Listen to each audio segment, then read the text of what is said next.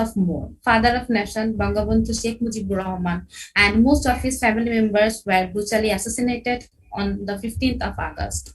Before starting, I pay respect to their departed soul. Last time we had with us Mr. Abdul Matin Khosru, Member of Parliament, former Law Minister of Law, Justice and Parliamentary Affairs of Bangladesh National Parliament. We are deeply saddened with his ultimate departure. We are very fortunate, and I am requesting all to mute your microphone. We are very fortunate and happy to have Honorable Justice Muhammad Iman Ali Sir, most senior judge, Appellate Division of Supreme Court of Bangladesh, recipient of International Mediation Award as Chief Trainer.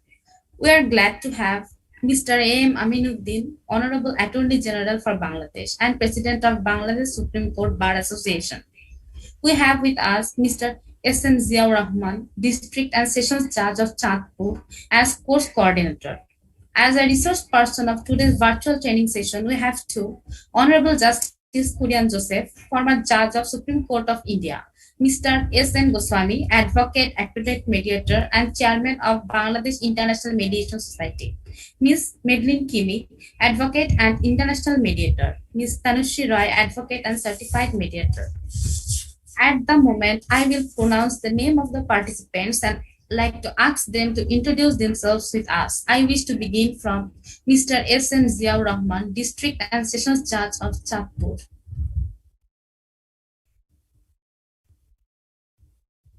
Sir, can you hear me?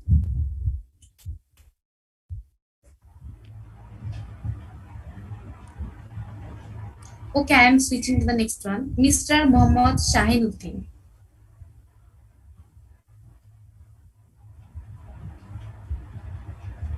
Mr. Mohammad Saifur Rahman Majumdar.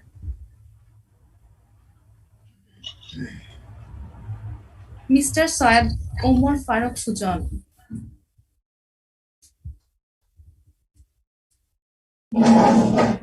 This is why I asked to wait a little, because everybody is still finishing off their lunch. Everybody is having heavy lunch. Yes, sir.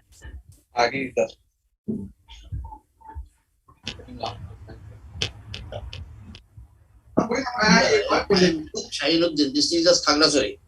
Serial number 2. Okay, I am again pronouncing the name of the participants, and I like to request them to introduce themselves with us. Mr. S.N. Ziaur Rahman, District and Sessions Judge of Chandpur. Sir has already joined.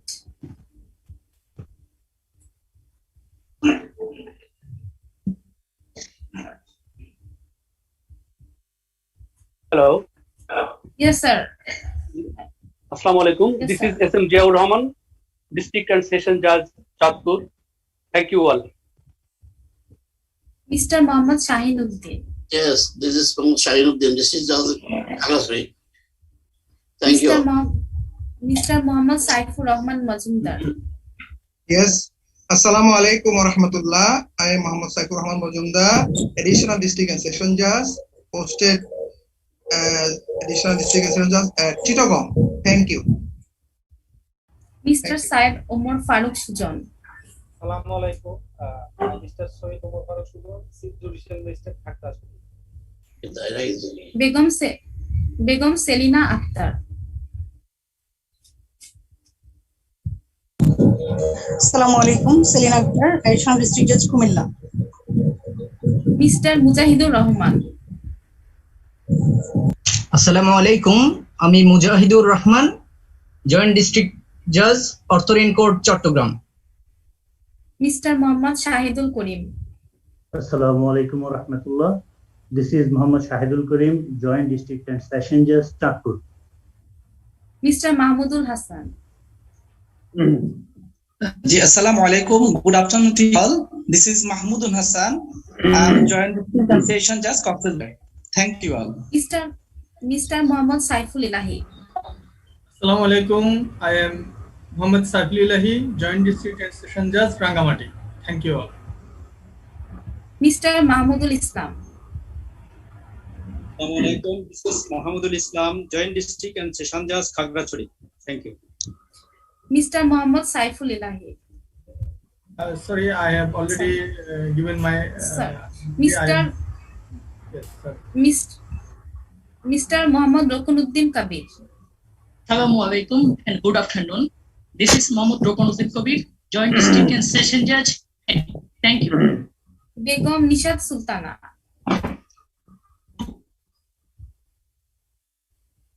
Mr. Mashfiqul Haq. Assalamu alaikum. This is Mashfiqul Haq, Joint District and Session Judge, Noakhali. Thank you. Begum Razia Sultana. Begum Moiti Bhattacharya.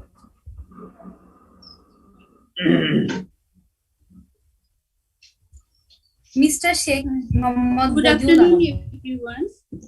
Yes. Good afternoon, everyone. I am Moiti Bhattacharya. Mr. Sheikh Muhammad Badiul Alam. Assalamu alaikum. I am Sheikh Muhammad Badiul Alam, District Legal Officer, Rangamati. Begum Tahmina Afroz Chaudhuri. Assalamu alaikum.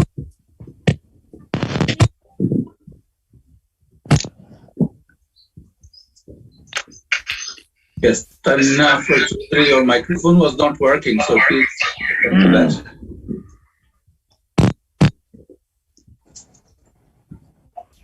Assalamu alaikum, sir. Sir, আমি Tahmina Afroz Chowdhury, Legal Aid Officer, Sini. Thank you. Yes. Mr. Rajiv De. Good afternoon. I am Rajiv De, District Legal Aid Officer, Khaglasuri. Mr. Muhammad bin Amin Chaudhuri. Good afternoon, everyone. This is Muhammad Fahad bin Amin Chaudhuri, District Legal Aid Officer and Senior Assistant Judge, Lokhipur. Begum Nusrat Sharmin.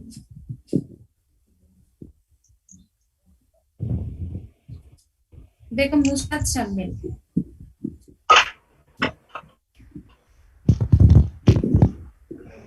Mr. Muhammad Abul Mansur Siddiqui. Assalamu alaikum. Very good afternoon to everyone. This is Muhammad Abul Mansur Siddiqui, District Legal Officer, Hon'ble. Thank you. Begum Farhana Lokman.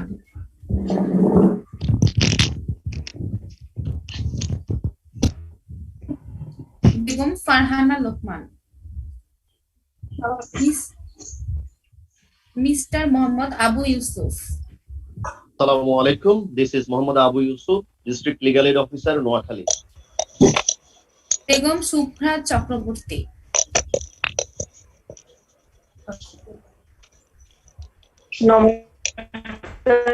This is Shubha Chakraborty, District Legal Aid Officer, Senior Assistant Judge, Jodhpur. Mr. Rubaiyat Firdaus. Assalamu alaikum. I'm Rubaiyat Firdaus, Senior Assistant Judge, Chittagong. Begum Jhumu Sarkar.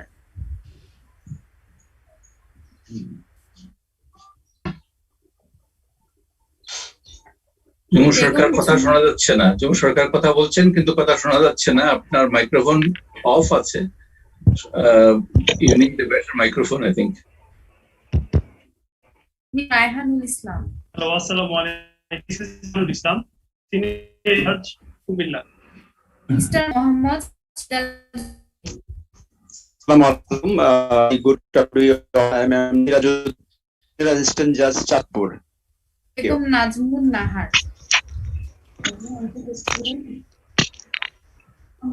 Begum Najmun Nahar. Assalamu alaikum.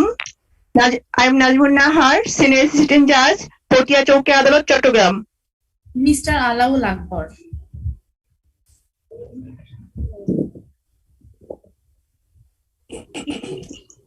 Mr. Alaul Akbar. Mr. Kamaluddin. Mr. Kamaluddin. Kamal Hussain. Kamal Hussain. Yes.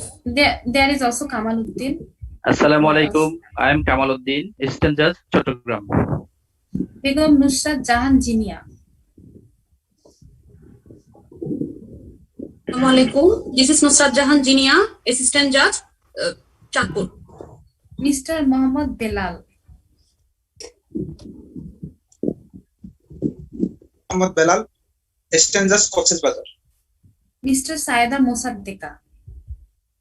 Assalamualaikum. This is Saida Mossaddeka. I am working as Assistant Judge in training. Thank you so much. Mr. SM Safayat Salam.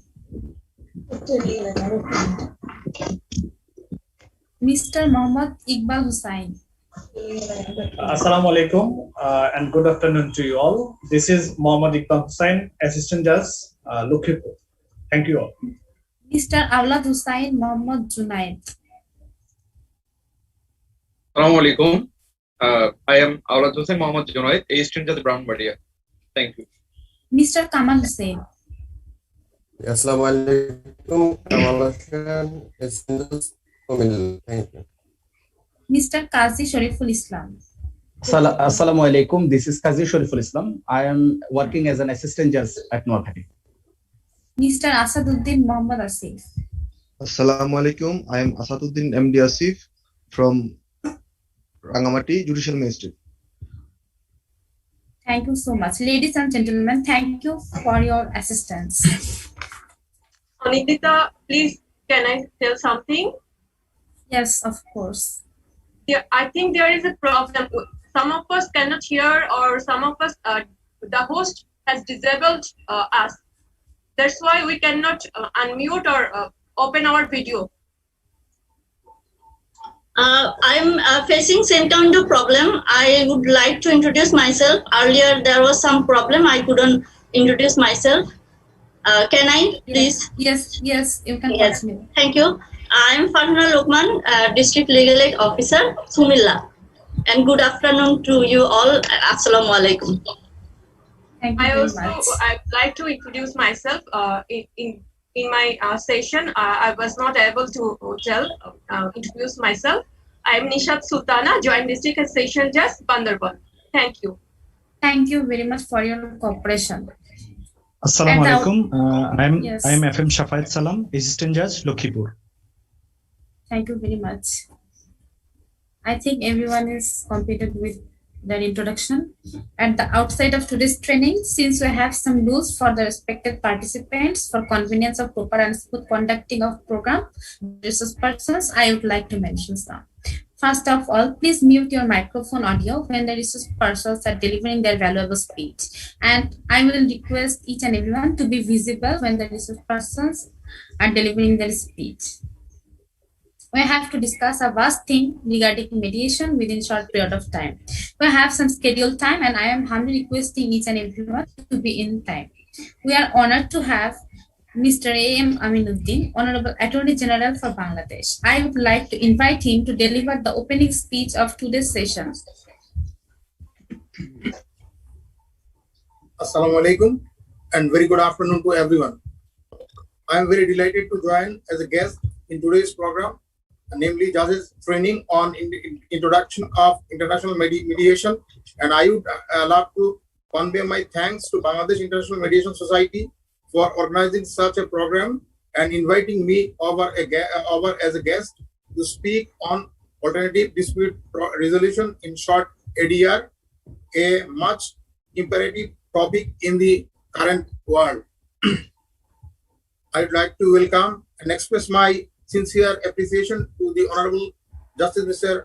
Justice Muhammad Iman Ali, the senior most judge of the Appellate Division of the Supreme Court of Bangladesh, Honorable Justice Retired Koren Joseph, a former judge of the Supreme Court of India and former Chief Justice of Himachal Pradesh High Court, and Mr. Somarendranath Goswami, Chairman of International Mediation Society, and other distinguished persons who are joining in this program. In very simple word, ADR consists of various cost-effective methods through which the people can resolve dispute or matter in dispute with the help of the third-party facilitator, without having to resort to the court and going through the process of trial, which is often cumbersome, complex, and can take a long time for the aggrieved parties to get the relief. And we know most of our civil litigations most of the civil litigation in our country arises out of the dispute relating to the ownership of the property over the common path between the neighbors, partition of the joint property, dispute over any contractual obligations, and dispute over a claim of any damages. In family matters, we find most of the litigations are relating to the guardianship of the minor child and the family problem. Although presence of ADR in Bangladesh, mostly in the form of what we know is known as Shalish, a form of the local dispute settlement by a group consisting of the elders in the community, exists even before the independence of Bangladesh. However, in the year 2003, the process of ADR was formally introduced in civil litigations by the Code of Civil Procedure, Amendment Act 2003, by incorporating Section 89A, capital A, and the 89, capital B, and by the Authorin Adalat Ain 2003. Different forms of ADR exist in Bangladesh, such as a negotiation, community-based mediation, conciliation, arbitration, etc.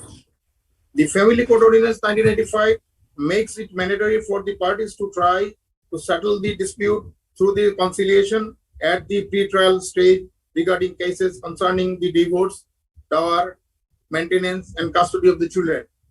These thus the provisions allows the parties to settle the family matters outside of the courts. In the other word, I like to quote quote from a written from a write-up of Honorable Judge, where he has stated like that: in a conservative country like Bangladesh, mediation provides a great opportunity for an aggrieved person who is a woman to directly participate in the dispute resolution process and voice her grievances. Given the traditional mindset, the female aggrieved parties in the society are not prone to expose themselves to public eye by going to the court. Mediation by the family court removes the risk of such exposure and allow to participate in their affair and to settle dispute without being condemned by critical eyes. Direct participation of the female aggrieved parties to the dispute has thus to a great extent facilitate and contribute the success of the program. ADR is exceptionally effective and paramount mechanism in Bangladesh, which is a highly populated country, mainly comprising of the people who are underprivileged, those who are often deprived from the access to justice due to the various reasons, such as the lack of knowledge of how to legal system work. The courts are very often far away from the rural areas where they reside, and the capacity of not being able to secure adequate legal representation for complexity and time consumption, expenses, etc. ADR thus ensure the access to justice is made easier and accessible to all classes of people through various alternative ways to settle this dispute, which are less time consuming and involving low cost. Besides, the result is achieved where both the parties reach a mutual acceptable decision, and thus no one is the loser, and justice is served to parties without having to wait for years and rule of law preserved. In settling the dispute through the ADR, the judges before whom the proceedings are pending may take a proactive role. They may make the parties or to the litigation understand that if they settle the dispute through the ADR, it will be the cost effective. It will be the cost effective and also save the time and time. Moreover, the parties will be in a win-win situation. And additionally, using the ADR to resolve the dispute, reduce the increasing burden of the court to settle the cases. As a result, the ADR is achieved by the parties' mutual compromise an agreement is always a win-win situation for both the parties. The significance of the ADR and the role of it plays is vital, and the more importance should be given to ensure the ADR system is made more familiar and the accessible. More people, especially the younger generation of the lawyers, should consider the ADR initially with the resolving dispute, and the judges may help them in doing such. With this word, I like to thank once again. Thank you so much, sir, for delivering a valuable and successful speech. We are extremely grateful. At this point in time, I humbly requesting His Lordship Honorable Justice Muhammad Imanullah, sir, most senior judge, Appellate Division of Supreme Court of Bangladesh, for the introduction speech.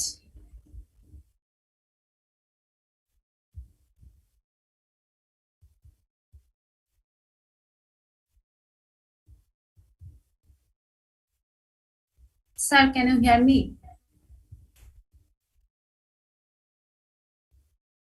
Apni mute asen. Lost the screen. Here I am. Good morning to everyone. Thank you, Anindita, and I thank most honestly and seriously, and I don't know how many other words I can use to welcome the Attorney General for Bangladesh, Senior Advocate, and President of the Bar Association.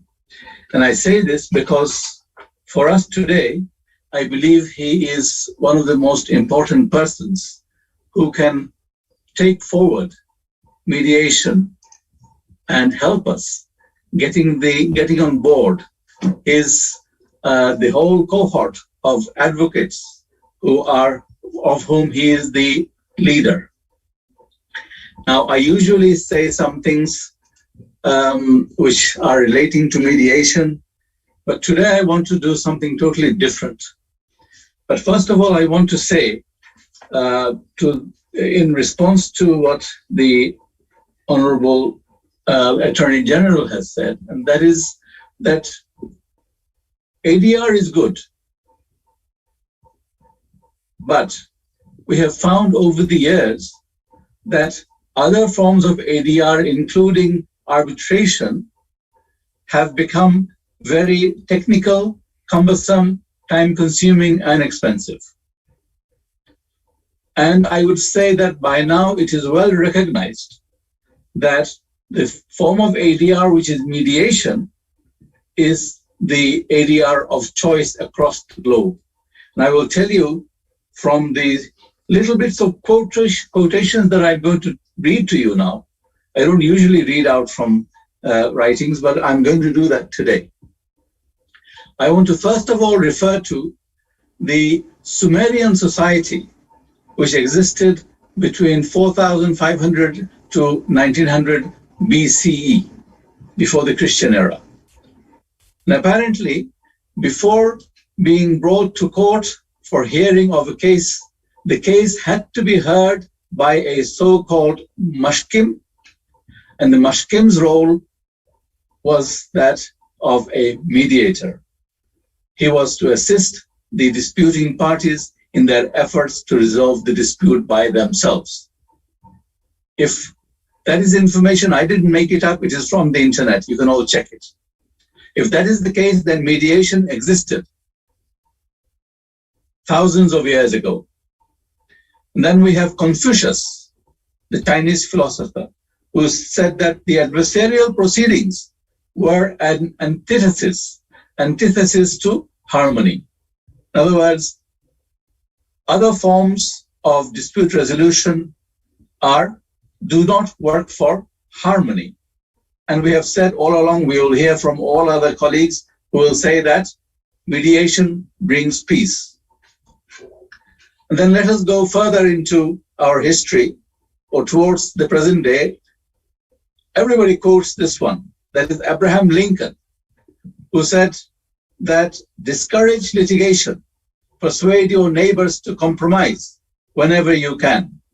Point out to them how the nominal winner is often the real loser in fees and expenses and waste of time. As a peacemaker, the lawyer has a superior opportunity of being a good man. There will still be business enough. And I would emphasize this to the learned Attorney General, who is the leader of, I don't know, thousands, how many thousands? About 50,000 lawyers of this country. More than 50,000 lawyers of this country. The courts. So far, Bar Council record there are 60,000. 60. Yes, so that's more than I had anticipated. 60,000 lawyers. Mr. Attorney General, you have under your control. And this is the quotation I would request you to convey to all the members of the bars across the country, that as a peacemaker, the lawyer has a superior opportunity of being a good man. There will still be business enough, and he will not be a loser in fees and expenses, and there will not be any waste of time. Justice Sandra Day O'Connor, famous judge of the Supreme Court of America, USA, said the courts of this country should not be places where resolution of disputes begins. They should be the places where the disputes end, after alternative methods of resolving disputes have been considered and tried. And everybody quotes this one: an ounce of mediation is worth a pound of arbitration and a ton of litigation. Litigation is always to be avoided so far as possible. Let us come to recent times. Very recently, we all refer to the English legal system as the mother of our legal system. What is the master of the rolls, Sir Geoffrey Voss, said recently? Why do we keep on talking about alternative dispute resolution? Dispute resolution should be an integrated whole. There is nothing alternative about either mediation, early neutral evaluation, or judge-led resolution. In a recent English decision, it was suggested that the courts are becoming supportive towards concept of compulsory mediation, and I emphasize compulsory mediation in resolving dispute between parties. So other parts of the world, and I read only yesterday that Italy is now in the process of having laws which will allow for mediation on a compulsory mandatory basis. In a report released on 12th of July this year, the Civil Justice Council of UK concluded that mandatory dispute resolution is lawful and should be encouraged. This marks a new wave of thinking in the highest judicial echelon in the UK. On 26th of March 2021, there was a meeting of the Supreme Court of, there was a meeting where the Supreme Court, Chief Justice of India and the Chief Justice of Singapore were in attendance. And what they said with regard to mediation is that their mediation is the way forward. Both agreed on that. And if India agrees, I don't think we should slow down and go behind, be left behind. Singapore is one of the most advanced justice delivery system. They are going towards mediation. And I emphasize this because I want to say that mediation is the way forward. If England thinks about it, India thinks about it, Italy thinks about it, Singapore thinks about it, then I don't think we're in a position to deny it. Mediation is a ADR system scheme which should be part and parcel of the justice delivery process. On the 17th of July, the Chief Justice of India, Justice Ramana, said that the need and time has come for India to enter into mission mode and prescribe mediation as a mandatory first step for resolution of every dispute for settling cases between parties. Given the growing scope of mediation, it is time for India to enter mission mode, to popularize mediation as a cheaper and faster dispute resolution mechanism. A movement needs to be launched, prescribing mediation as a mandatory first step for resolution of every allowable dispute will go a long way in promoting mediation. Chief Justice of India added that there are 40,000 mediation centers in India. I worked that out as, on average, more than 70 mediation centers in every district. The Chief Justice of India said, we must take note of the fact that a vast majority of litigants in India belong to middle and poorer sections of society. They will find great solace in mediation if mediation gets established as a reliable means of redress. Needless to state, it will lead to a remarkable reduction in the number of cases reaching the regular courts. Such a scenario will enhance the efficiency of the judicial system. And he went on to tell the meeting that India had resolved more than 1 million cases in the mediation scheme. Now, I have said on many occasions, if mediation leads to the settlement of a dispute, that reduces the number of cases in our justice system fourfold, because there is no revision, there is no appeal, there is no further revision to the High Court, there is no appeal to the Appellate Division, and there is no review. So 4-5 steps are totally avoided, and 4-5 cases. So if you like, if you take it in the context of India, if 1 million cases have been resolved by mediation, that means 4 million cases more have not entered into the system because of the settlement by mediation. It is now accepted, the Chief Justice of India added, mediation being the cheapest and simplest option available to the public at large can be described as a tool of social justice in Indian context. Such party-friendly mechanism ultimately upholds the rule of law. Chief Justice Menon of Singapore said that mediation has to harmonize ways of resolving cases. And he said 70% of mediation disputes were resolved in a day. If mediation can be settled in 1 day, or even 2 days, or even 3 days, think of the number of years that will be saved through mediation. We have cases which have been going on in our litigation system for the last 20, 30 years. And the Attorney General will be witness to that because he has seen it in our courts. And that could be avoided if we turn to mediation. Now, come to the recent times. Our courts, our systems. I can refer to the book recently published by Justice Enayatur Rahim, where he has taken quotations from the books of Bangabandhu Sheikh Mujibur Rahman. This is the month of mourning, and I pay my humble respects to the souls of those who were brutally murdered on the 15th of August in 1975. Bangabandhu Sheikh Mujibur Rahman said, in his book, it is written, justice delayed is justice denied. You have to make a complete change. And systemer moddhe poriborton korte hobe. Manush jate সহজে বিচার পায় এবং সাথে সাথে বিচার পায়। ব্যাপক পরিবর্তন দরকার। নতুন স্বাধীন দেশ, স্বাধীন মতবাদ, স্বাধীনভাবে দেশ শাসন করতে হবে।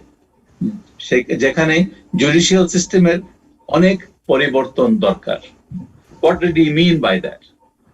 I believe what he meant was that the system that we had, that was he was talking in 1975, it was too slow, it was too time consuming, it was too expensive for the poor litigants. and he wanted a different system. He wanted a change in the system. He said, বিচার বিভাগকে নতুনভাবে গড়ার প্রত্যয় ব্যক্ত করে ঘোষণা দিয়েছিলেন ইংরেজ আমলের বিচার ব্যবস্থা পরিবর্তন করে মানুষ যাতে 1 বছর 1.5 বছরের মধ্যে বিচার পায় তার বন্দোবস্ত করার জন্য বলেছিলেন। আর বলেছিলেন বিচার ব্যবস্থা তাড়াতাড়ি বদলে ফেরা দরকার, বিচারের নামে অবিচার আর চলে না, আবার নতুন একটা কাঠামো করুন, সোজাসুজি বিচার হয়ে যায়। And I believe this mediation will help us go forward to achieve the goal, the dream of Sonar Bangla that our great leader, Sheikh Mujibur Rahman, father of the nation, had when he was in power, when he had the authority. It is our duty, I believe, to go ahead and try out this system throughout the country, so that we can help the litigant public, we can help the system. Indian Chief Justice has said that it reduces the number of cases, and I think it is obvious, it is too obvious, that the number of cases will automatically be reduced. Now, I have to give you some good news, and that is that if you remember, some of you will remember, particularly my colleagues who are presenters will remember, that in the past I have said that on March the 21st, at the behest of the Supreme Court Judicial Reform Committee, the Honorable Chief Justice authorized issuing a circular to all the judges of all the lower judiciary, saying that mediation is mandatory. We all know that mediation was introduced in this country in the year 2003, and hardly anybody used it. In the year 2012, mediation was made compulsory, and still hardly anybody uses it. And I say normally that if the law is there and if you do not implement the law, you are breaking the law. You're helping others to break the law. Mediation is part and parcel of the justice delivery system. It must be utilized. And that is what we said in our circular issued on 21st of March this year. And the good news is that since then, we have drafted and we have published the guidelines, because it is too easy to say that for the judge who sends the litigants to mitigation, it is too easy for him to say, the law says you must mediate, so go and mediate. If you don't mediate, come back. It is too easy to say that. That is not how it should be done. So what we have said in the guidelines is that you must tell the parties. You must tell the parties what the mediation is about. What are the benefits of mediation? And the guidelines, if I could show you, I'm afraid it's during the course of today, I will publish and show you the contents of the guideline. I've taken much more time than I should have. So I will show you the guidelines during the course of the day, and you can see for yourself. I will also post the guidelines themselves so that you may print it out and read it. But the direction of the Supreme Court, the Honorable Chief Justice has authorized the circular guidelines showing that all the judges or everyone concerned with any type of litigation, in accordance with the law, they must refer the case to mediation, and therefore it is the compulsory aspect of the law will be put forward. The impact will be the public who will benefit from it. Now, I seek the cooperation of the learned Attorney General of Bangladesh that if you would kindly make sure that all the lawyers appreciate what we are trying to do. And it is not a case of taking their cases away from them. It is a case of assisting them. The system will assist them to dispose of their cases quickly. Mediation can be done in 1-2 days. If they can do a mediation in 1 and 2 days, they can do 10 mediation in a week. their fees will not be any less. In fact, I say that their fees will probably be more, and their reputation will be best served by disposing more cases. I will say only that much for the time being. I look forward to hearing all the others. Thank you very much for this opportunity, and thank you, Learned Attorney General, for being with us today. Thank you very much, sir. Your speech epitomized everything good. It was beyond excellent. With this, we are ending our first opening session, and we will jump to the main subject matter. For the time being, very humbly, I would like to invite Mr. S.N. Goswami, an accredited mediator, founder and chairman of BIMS, Bangladesh International Mediation Society. He will be discussing the sources of mediation in Bangladesh. সবাইকে ধন্যবাদ। আমরা কিছুক্ষণ পূর্বেই মাননীয় attorney general বাংলাদেশের উদ্বোধনী বক্তব্যে মেডিয়েশনের গুরুত্ব সম্পর্কে জানতে পেরেছি। এর কিছুক্ষণ পূর্বেই আমরা মাননীয় বিচারপতি মোহাম্মদ ইমানুল্লাহ স্যারের পৃথিবী থেকে উৎসাহিত মেডিয়েশন ইতিহাস সম্পর্কে সংক্ষিপ্ত ধারণা এবং বাংলাদেশ সুপ্রিম কোর্ট কর্তৃক শুভ সার্কুলার সম্পর্কে আমরা জানতে পেরেছি। এই কথাটি উল্লেখ করার কারণ এইটাই, মুজিব বর্ষের এই দিনে প্রিয় বিজ্ঞ বিচারপতিবৃন্দ, বিচারকবৃন্দ, আপনারা নিশ্চয়ই স্মরণ করবেন মেডিয়েশন পার্থিব জীবনে এবং বিচার প্রক্রিয়ায় একটি গুরুত্বপূর্ণ অধ্যায় ইতিমধ্যেই করেছে। মেডিয়েশনের ছাত্র হিসাবে আমরা সবাই জানি মেডিয়েশন এক ধরনের পদ্ধতিগত চিন্তার প্রতি দায়বদ্ধতা, জ্ঞান আহরণের প্রতি এবং পরীক্ষা নিরীক্ষা ও তত্ত্ব উপাত্তের ভিত্তিতে বিরোধ নিষ্পত্তির একটি কৌশল, ধী শক্তি দ্বারা যা আহরণ করা সম্ভব। সুতরাং এটা শিখতে হয় পবিত্র শাস্ত্র, অভিজ্ঞতা বা অস্বাভাবিকতা নিয়ে ভাষা, ভাবা এবং প্রশ্ন তোলা থেকে। সুশৃঙ্খল কল্পনা খুব সহজেই সুস্থ মেডিয়েশন বিনির্মাণে সহায়ক শক্তি। আমরা জানি বাংলাদেশ প্রাচীন ভারতের একটি অংশ ছিল। ধর্মীয় অনুশাসন ও ধর্মীয় ব্যক্তিগত আইন দ্বারা সমৃদ্ধ প্রাচীন ভারত সকল প্রকার বিরোধ নিষ্পত্তিতে ভূমিকা রাখত। একথা স্বীকৃত। সৃষ্টি লগ্ন থেকে বিবাদ কলহের মধ্যস্থতা বা সালিসি এক চিরায়ত ব্যবস্থা। পরিক্রমায় প্রাচীন ভারতীয়দের মধ্যে বিরোধে শান্তিপূর্ণ নিষ্পত্তিতে কুলাস সিহিস পরিষদ ভূমিকা ছিল শান্তি প্রতিষ্ঠায় সমাজকে সমৃদ্ধ করে এসেছে। পর্যায়ক্রমে লোক আদালতের দ্বারা স্থানীয় সকল বিরোধ নিষ্পত্তিতে অগ্রণী ভূমিকা রাখত। ব্যক্তি, পারিবারিক ও সমাজ জীবনে শান্তি স্থাপনে গুরু প্রথা থেকে লোক আদালত এক অপূর্ব সমন্বয়।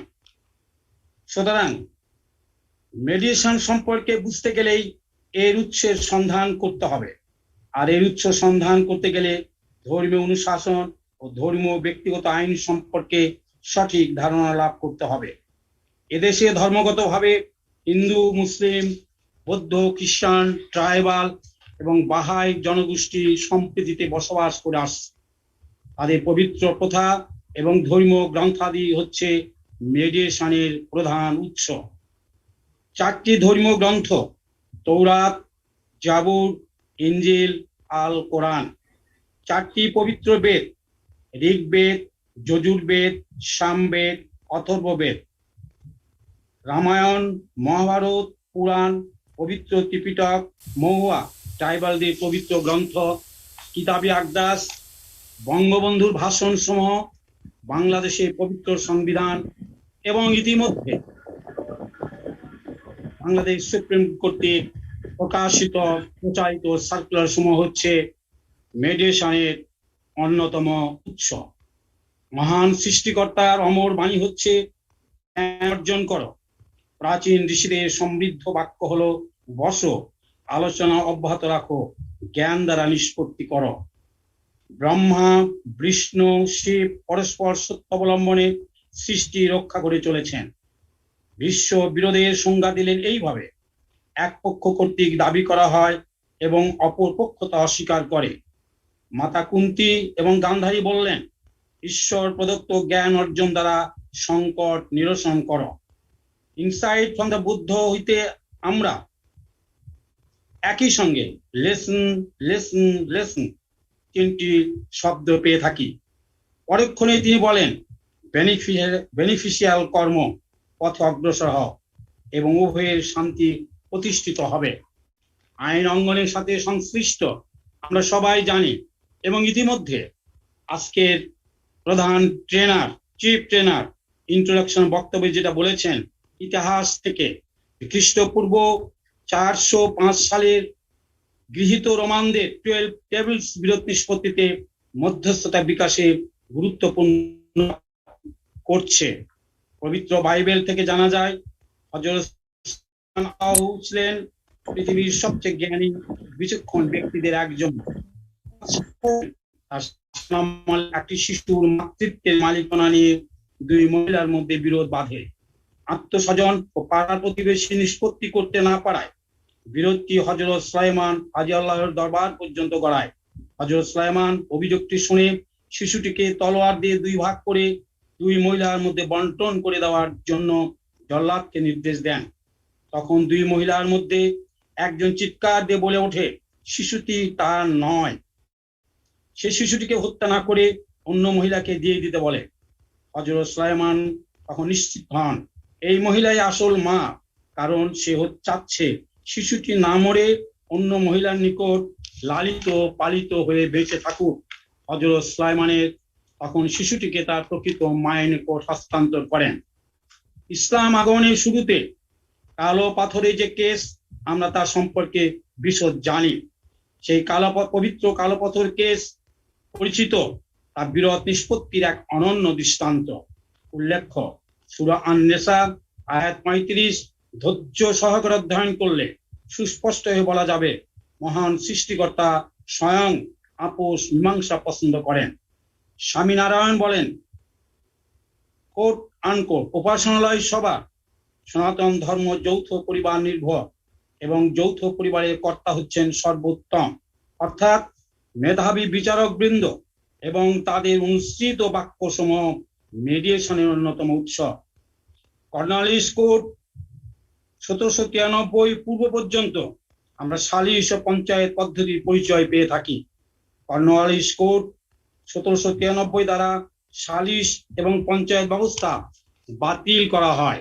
তৎ পরিবর্তে জেলা পর্যায়ে কোর্ট পদ্ধতি চালু হয় এবং চৌকিদারি পঞ্চায়েত অ্যাক্ট 1870 মাধ্যমে জেলা ম্যাজিস্ট্রেট গ্রাম পর্যায়ে পঞ্চায়েত পদ্ধতি চালু করে এবং সর্বপ্রথম গ্রাম পর্যায়ে চৌকিদার নিয়োগ ব্যবস্থা চালু হয়। লোকাল সেলফ গভর্নমেন্ট 1885 প্রবর্তন দ্বারা 3 পর্যায়ে বিচার ব্যবস্থা চালু হয়: ডিস্ট্রিক্ট বোর্ড, লোকাল বোর্ড এবং গ্রাম পর্যায়ে union committee. Village self government act 1919 প্রবর্তন দ্বারা গ্রাম পর্যায়ে বিরোধ নিষ্পত্তির জন্য ইউনিয়ন পরিষদ গঠন করা হয়, যা 1947 সাল ভারত পাকিস্তান দেশ বিভাগ পুরো পর্যন্ত চালু ছিল। তদানীন্তন পুরো পাকিস্তানে স্টেট অ্যাকুইজিশন টেন্যান্সি অ্যাক্ট 1950 দ্বারা জমিদারি ব্যবস্থা বিলোপ করিয়া ভিলেজ সেলফ গভর্নমেন্ট অ্যাক্ট 1919 সালিশ ও পঞ্চায়েত পদ্ধতি বেসিক ডেমোক্রেসি অ্যাক্ট 1959 পর্যন্ত বলবৎ ছিল। বিরোধ নিষ্পত্তিতে বেসিক ডেমোক্রেসি অ্যাক্ট 1959 দ্বারা ইউনিয়ন কাউন্সিল, থানা কাউন্সিল এবং জেলা কাউন্সিল প্রবর্তন করা হয়। পূর্বসূরি পাকিস্তান নিকট থেকে the provision of offenders ordinance 1960 এবং কনসিলেশন কোর্ট অর্ডিন্যান্স 1961 আমরা পেয়েছি। অর্থাৎ এগুলো হচ্ছে মেডিয়েশনের অন্যতম ভিত্তি বা উৎস। সুতরাং শ্রদ্ধ বিচারকবৃন্দ, তাদের উইজডম বা প্রজ্ঞা, প্রুডেন্স বা বিচক্ষণতা এবং রিজন বা যুক্তিসঙ্গত মেডিয়েশনের অন্যতম উৎস। প্রসঙ্গত 29 বিএলটি অ্যাপ্লেট ডিভিশন পাতা 29-তে প্রকাশিত উচ্চ আদালতের রেশিও একটি উদাহরণ হিসাবে উল্লেখ করতে পারি। আজকে chief trainer honourable justice Mohammad Iman Ali তার উইজডম বা প্রজ্ঞা, প্রুডেন্স বা বিচক্ষণতা এবং রিজন বা যুক্তিসঙ্গত দেখিয়ে বলেন দণ্ডবিধি ধারা 323, 325 মীমাংসাযোগ্য। মেডিয়েশন সম্পর্কে প্রাথমিক ধারণা পেতে গেলে এর উৎস জানতে হবে এবং প্রজ্ঞা, বিচক্ষণতা ও যুক্তিসঙ্গত সম্পর্কিত ধারণা অনুসরণ করতে হবে। Mediation ethics are the basis for mediation proceedings. The mediation process will be opening doors new life. নতুন বিচার পদ্ধতি চাই, কোর্ট বিচার ব্যবস্থা তাড়াতাড়ি বদলে ওঠা দরকার। বঙ্গবন্ধুর এই সবথেকে প্রতিষ্ঠা করতে হলে জ্ঞান ভিত্তিক বিচার অঙ্গন প্রতিষ্ঠা করতে হবে এবং প্রতিটি আদালত অঙ্গনে মেডিয়েশন সেন্টার চালু করতে হবে। মেডিয়েশনের উৎস সম্পর্কে সমৃদ্ধ একজন প্রজ্ঞাবান বিচারক হবেন জ্ঞান ভিত্তিক বিচার অঙ্গনে একজন দক্ষ মেডিয়েটর। মেডিয়েশনের উৎসসমূহ অ্যানালিসিস অফ ফ্যাক্টস অর্থাৎ বিষয়সমূহ নিরূপণে এবং অচল অবস্থা নিরসনে গুরুত্বপূর্ণ ভূমিকা পালন করে থাকে। হযরত মুহাম্মদ সাল্লাল্লাহু আলাইহি সাল্লামের দ্বারা নিষ্পত্তিত কালো পাথর কেস, বাদশা সুলাইমান কর্তৃক নিষ্পত্তিকৃত সন্তান দাবির কেস এবং মহাভারতের বিশ্ব কর্তৃক মেডিয়েশনের ব্যর্থ প্রচেষ্টা সমূহ উদাহরণ হিসাবে একজন বিচারক তার মেডিয়েটর হিসাবে গ্রহণ করতে পারেন। মানুষের জন্য স্বাভাবিক কোনটি সত্য, কোনটি শুভ কল্যাণকর, কোনটি প্রকৃত বিশ্বাস, কোনটি সামাজিক প্রথা, কোনটি সামাজিক কুপ্রথা, কোনটি গ্রহণযোগ্য এবং কোনটি বর্জনীয় তা আমাদের সকলকে বুঝতে মেডিয়েশনের উৎস সমূহ গুরুত্বপূর্ণ ভূমিকা রাখে। আমরা মেডিয়েশন সম্পর্কে ধারণা লাভের পূর্বে একজন মেডিয়েটর হিসাবে নিষ্পত্তির কাণ্ডার হিসাবে পূর্বে আমাদের মেডিয়েশনের উৎস জানতে হবে। মেডিয়েশন উৎসের মধ্যে নিহিত আছে বিবেচনা, বিবেকবোধ, মানবিক মূল্যবোধে উন্নত জ্ঞানবান ও প্রজ্ঞাবান বিচারক সৃষ্টিতে সদা সর্বদা মেডিয়েশনের উৎসসমূহ কাজ করে যায়।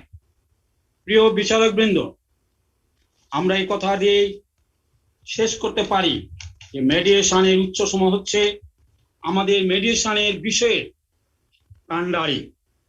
মধ্যস্থতা অবশ্যই নমনীয়, অনানুষ্ঠানিক, গোপনীয়, প্রতিপক্ষকে বিপক্ষ অর্থাৎ শত্রু না ভাবা এবং সম্মতিসূচক বিরোধ নিষ্পত্তির একটি প্রক্রিয়া, যেখানে একজন মধ্যস্থকারী বিরোধ নিষ্পত্তির ক্ষেত্রে একটি আপোষকে ত্বরান্বিত করে সংশ্লিষ্ট পক্ষদের প্রতি অবশ্যই নির্দেশাত্মক শর্তের মাধ্যমে নয়।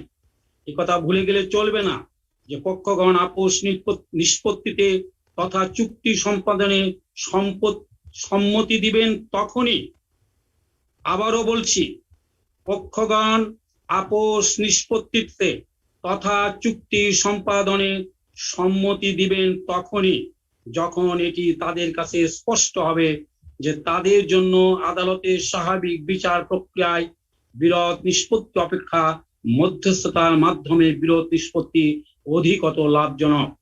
সুতরাং বিজ্ঞ বিচারক বৃন্দ, আমরা মেডিয়েশন বিষয়টি গভীরে যাওয়ার পূর্বেই আমরা মেডিয়েশনের উৎসগুলো সম্পর্কে প্রত্যক্ষ অনুশীলন করতে আমরা যেন তৎপর হই। আন্তর্জাতিক অঙ্গনে ফেডারেল অ্যাক্ট, আরবিট্রেশন অ্যাক্ট 1925 কে প্রাথমিক উৎস হিসেবে ধরে নেওয়া হয়, কিন্তু আমরা মনে করে থাকি এবং আজকে কথা যে প্রাথমিক উৎসসমূহ হচ্ছে আমাদের দৈনন্দিন জীবনের প্রথা এবং পবিত্র ধর্মীয় গ্রন্থ। বাংলাদেশের প্রেক্ষিতে প্রাথমিক উৎস হচ্ছে বঙ্গবন্ধু শেখ মুজিবুর রহমানের জনগণের প্রতি আহ্বায়িত বক্তব্য, জাতীয় পর্যায়ে বক্তব্য, নেতাদের প্রতি বক্তব্য এবং আন্তর্জাতিক অঙ্গনে বক্তব্য সমূহ হচ্ছে মেডিয়েশনের প্রাথমিক উৎস। একজন মধ্যস্থকারী বিরোধ নিষ্পত্তির ক্ষেত্রে একটি আপোষকে ত্বরান্বিত করে, এই কথাটা মনে রেখেই আমরা মেডিয়েশনের উৎস সন্ধান করব। উপরন্ত আপনারা বিজ্ঞ বিচারক বৃন্দ, আপনাদের সুচিন্তিত অভিজ্ঞতা এবং সুচিন্তিত চলমান প্রক্রিয়াও হচ্ছে মেডিয়েশনের অন্যতম উৎস। সবাইকে ধন্যবাদ। We discussed the sources of mediation in the clear and in a very effective way. Please accept my deepest thanks. At this stage, we have the issue to describe mediation in the globalized world. We should know the context and concept of mediation in the international level too. We have with us Ms. Tanushri Roy to discuss on this very topic. She is an advocate and certified mediator. And now I am inviting Ms. Tanushri Roy to discuss about this matter. Thank you, Anandita. I hope I'm audible. Yes, ma'am. Thank you very much.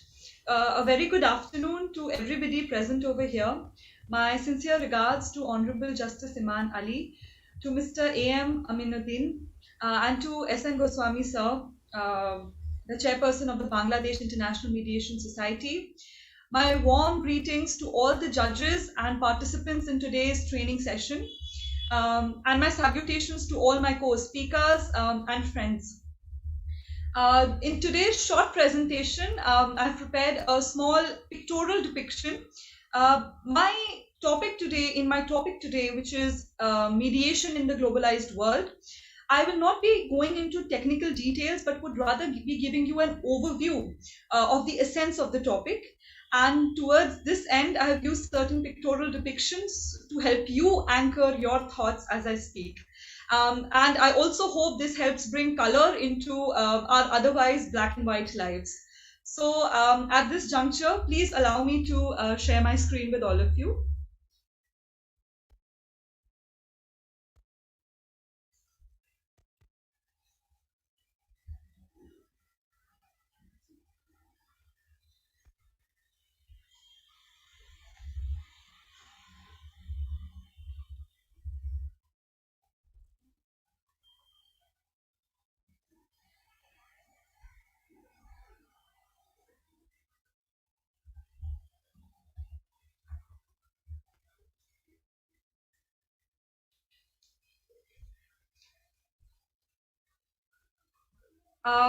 Is my screen visible to all of you? Yes, ma'am. Thank you.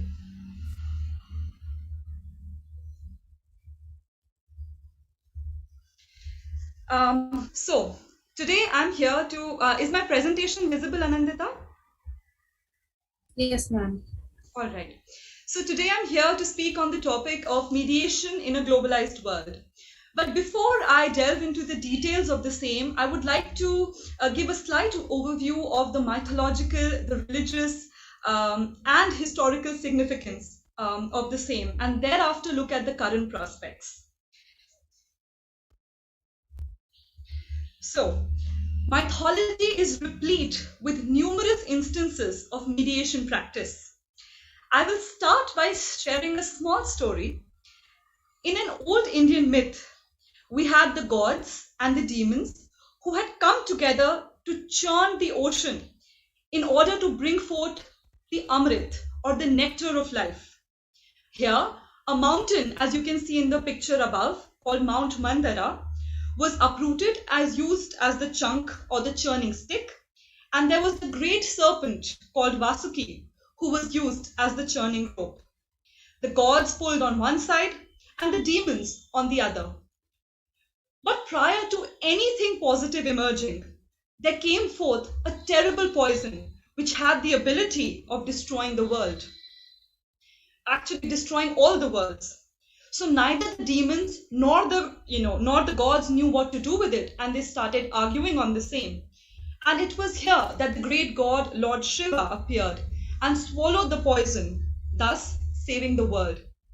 Shortly after, as they continued the churning, the nectar came forth.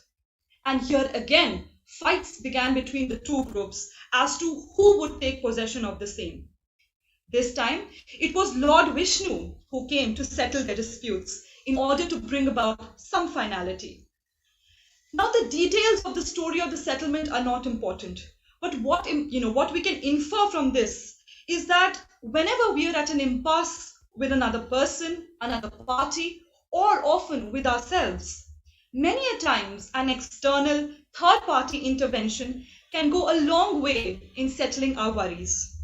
Similarly, as you can see in the second picture, in Hindu mythology, Lord Krishna mediated the disputes between two sets of cousins or cousin brothers who were fighting over the kingdom, the Kauravas and the Pandavas, in the story of the Mahabharata. In Roman mythology as well, as seen in the third picture, mediation was said to be used as a tool to resolve a conflict between the king and the queen of the gods, Zeus and Hera. Now, most religions urge us to tread the path of peace and togetherness, and by doing so, highlight key principles integral to mediation as a concept. For instance, Hinduism describes the fundamental realities of life. Its various schools shed light on the ways to handle difficult situations with utmost patience and also provide a philosophical take on conflict management and resolution.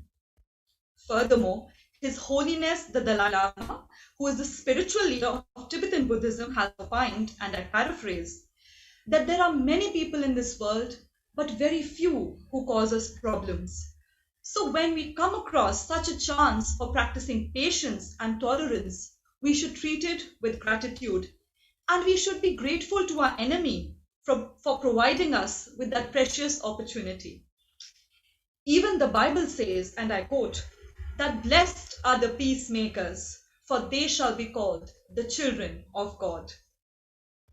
Verses of the Quran have also propounded its believers to be from a single brotherhood and have thus urged us to maintain peace through reconciliation in times of conflict. Now, all these instances precisely enunciate the important role that mediators play in our lives. There are many more instances like these, which I have just mentioned, that go on to show that such mechanisms have been there since time immemorial. Historically speaking, mediation has been a part of human interaction and civilization and has also evolved from time to time. It has evolved across centuries and in different parts of the globe. A classic case, or I should say a story of alternate dispute resolution in biblical history can be traced back to ancient Israel. In ancient Israel, King Solomon stood as a mediator between two women who came to him for a solution. Their dispute was a problem of child custody. Both sides wanted custody to their child. And they came to Solomon to kind of solve their problem. So he stepped in and he offered a solution which he believed and which projected to favor both parts or both sides equally. He suggested that the child could be cut into two parts so that both the women could get a part each. So as expected, the real mother was extremely traumatized. She was shocked, and in fact she protested and didn't want the child to be chopped into two parts. And as a result, using this strategy, Solomon was able to distinguish the real mother from the other one. Another example from history goes back to the United States of America, which can be traced back to the labor and social turmoil of the 20th century. Here, during all the social unrest, during the various protests which happened over the century, courtrooms were used by governments and governments to resolve conflicts in what seems to be a more amicable manner. So we can also see traces of mediation going back then. Even in the Middle East, as you can see in the third picture. So the first picture shows the King Solomon story. The second shows the American turmoil of 20th century. So coming to the third picture, even in the Middle East, many scholars believed that mediation could date back to ancient Sumerian society. Honorable Justice Ali has also given us this beautiful example of how mashkins were people who tried to prevent disputes before, or at least triaged these disputes before they reached the courts. So a mashkin was a person who weighed the merits of every case before they appeared before the court. They also, attempted to assist the quarreling party to resolve the differences between them. And so it was only when the mashkins were unable to, bring peace in the two societies was the case then taken to the court. And so you can see this role is very similar to the modern day mediator. And what about China? again, an example already given by Honorable Justice Ali. Historically speaking, mediation philosophy also seems to have its roots in China, as in with many other Eastern cultures. Many of us would have heard about Confucius, a very renowned philosopher who believed and who truly believed and propagated that respect for one another triumphed the superiority of law and regulation. And so he proposed and he advised that the best solution for conflicts was in fact ethical reconciliation. And it was during his reign that many scholars believed that China truly began supporting mediation. Back then, mediators would meet with both the parties separately and talk to them, with these meetings actually happening very frequently. The mediators would also speak to other people outside the setting to get a deeper idea or deeper knowledge into the dispute's origin, so that they could ensure fairness and ensure that ultimately justice prevailed. So due to Confucius's profound influence on Chinese culture, mediation also had become a leading way to settle disputes in China for thousands of years. In contemporary times as well, panchayats, which many of us would be aware of, were village level dispute resolution bodies, which have played the role of mediating agencies with respect to resolving domestic disputes, among many other social issues occurring at the grassroots level. These panchayati Raj systems of governance can also be found all over South Asia, such as in countries like Pakistan, Nepal, and in Bangladesh as well. However, as evident with modern day societies, we see that they seem to have become a little less collectivistic and a little less collaborative. It's more about the I than it's about the we. And this is actually across societies, so both with respect to individualistic and collectivistic societies. With respect to the justice dispensation system, we all know that case backlog is on the rise, particularly in countries like India, which have a very poor judge to citizen ratio. But this is also reflective of deeper issues such as the unfortunate adversarial mindset that we have developed, that we conform to, and where justice is all about winning or losing a case, or it's all about making the other person fall. However, it's a solution, and we only just have to embrace it. So at this juncture, I would go back to all my examples and see how there was this unbiased and objective kind of approach to conflict has been depicted all throughout the mythological stories and the historical illustrations that I've shared with all of you. This then makes a mediator practically indispensable in today's modern society. The most obvious scenario being the cases which could get settled outside of court.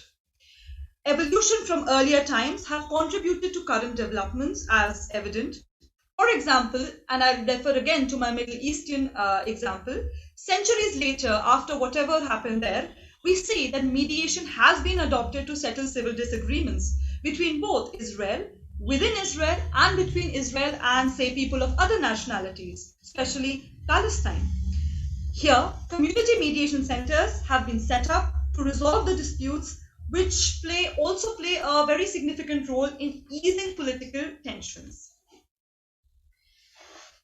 So we have, talked about different forms of stories. We've looked at history, mythology, religion, contemporary governance. So what is mediation all about? Why mediate?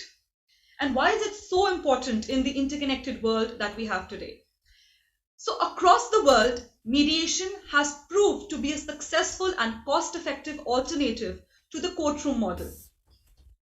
It is a conflict management tool used across many areas of social, economic, and political life. It can be considered as a process of assisted negotiations, allowing us to engage in better decision-making.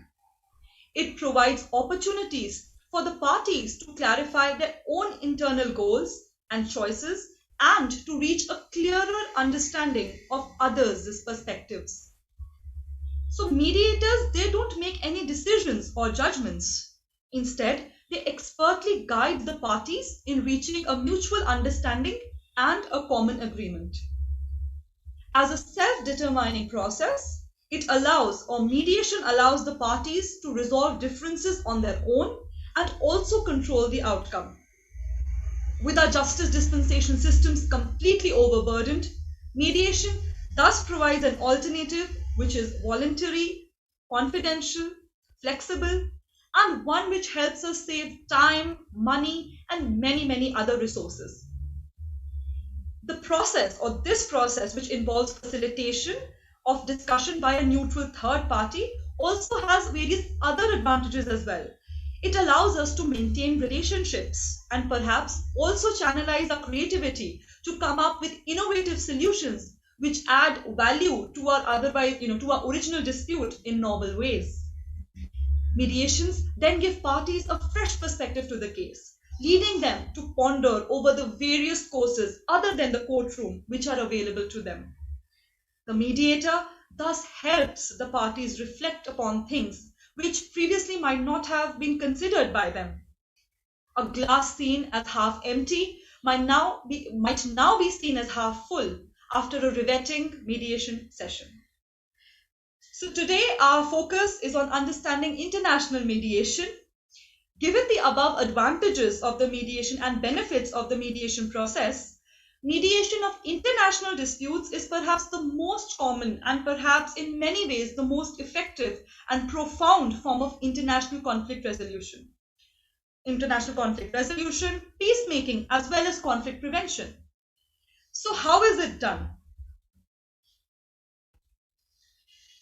Now, I would just briefly enunciate the different stages of the mediation process. I will not go into the details as they will be shared by the subsequent speakers, and I will just lay out the brief format to give an overview about the same. So mediation can be divided or subdivided into different stages. Basically speaking, stage 1 would be the introduction and the opening statement. Here, the mediators introduce themselves and request the parties to introduce each other and themselves. They also explain, mediators here also explain the structure of the process. They check the authority of the parties and also set the ground rules of the procedure. Often this stage is preceded by a pre-mediation session where, which is used or sometimes it's not used. It depends on the mediator and the mediator's style. So the pre-mediation session helps the mediator get some more context of the problem at hand. The second would be the joint session. Now the purpose or the objective of the joint session is to gather more information, to understand facts and the issues at hand, basically by inviting both the parties to present their case. This also allows either party to hear the other's perspective. An agenda is also built to, with respect to the issues, the prioritization and the order in which they are to be addressed. The third session could be a private or a separate or a caucus session. So in case the parties want to share something confidential with the mediator, they can ask for a private caucus session. But the overall objective of this session is also to understand the dispute at a deeper level by engaging with each party separately. Here, the mediator tries to gather further information by identifying each party's differential priorities. The aim here is to understand the underlying motives and encourage the parties to generate options and find terms which are mutually acceptable. Finally, in case we are reaching towards a settlement, in the next stage, both the parties try to generate options, try to generate outcomes in order to come to mutually benefiting solutions. And, in case we do arrive at a settlement in the final stage or in the closure or in the closing phase, the parties are reassembled. The mediator orally confirms the terms and reduces them into writing, and the agreement is subsequently signed by both the parties. But here I'd just like to bring, focus on the point that mediation, as mentioned, it's a flexible process. So given this basic structure or these basic stages of mediation, the mediator is free to experiment as per the situation going back and forth between the stages, with the overall and the final aim being the most efficient, coming to the most efficient and fulfilling outcome. Now, nowhere is a tool like mediation more relevant than in the globalized world of today. In an increasingly interconnected world, otherwise divided by differences of caste, class, race, religion, gender, ethnicity, political orientation, mediation could provide that catalyzing factor, bringing people away or bringing the world away from disruptive practices and towards collaboration and unified productivity. So why is mediation required? What is dispute resolution? What is conflict management? What is conflict? Let us talk a little bit about the nature of conflicts. The nature of conflicts is ambivalent. They are subjective. At one end, they can be regarded as a sign of chaos, and on the other, they can be looked at the sign for testing social cohesion or social unity. So from differences of opinions and priorities on climate change and natural resource management to treatment of marginalized groups and regions, from polarized politics and social injustice to income disparity and larger issues of human rights. All of these issues, as you can look by the pictorial depictions on the slide, all of these have the possibilities of becoming triggers of conflict. In today's globally connected world, we don't live in silos. So what happens in one part of the world does end up affecting the other. So if the problems can be so interconnected, why can't the solutions too?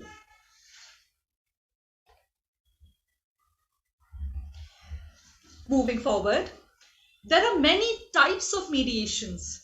And here I would like to differentiate type of mediation with styles of mediation. Now, mediation styles would depend on the mediator.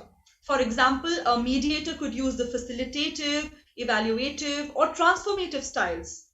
But my focus here today is on the variety of contexts, or in the what are the areas in which mediation as a tool can be used.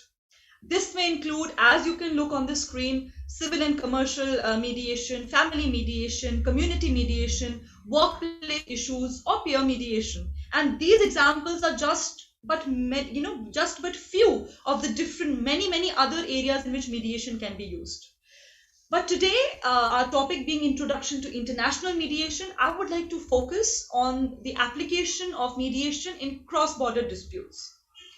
So international mediation or cross-border mediation are applicable over a variety of contexts. But to just drive the point home, I would just be restricting my discussion to 3 examples.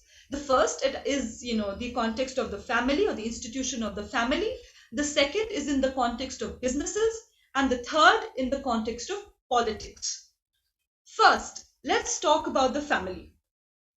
Globalization has given way to numerous intercultural relationships, and these include those between people from diverse cultures and nationalities. Family and matrimony are social institutions expound a universal color which bind people, but they can also provide a breeding ground for conflicts.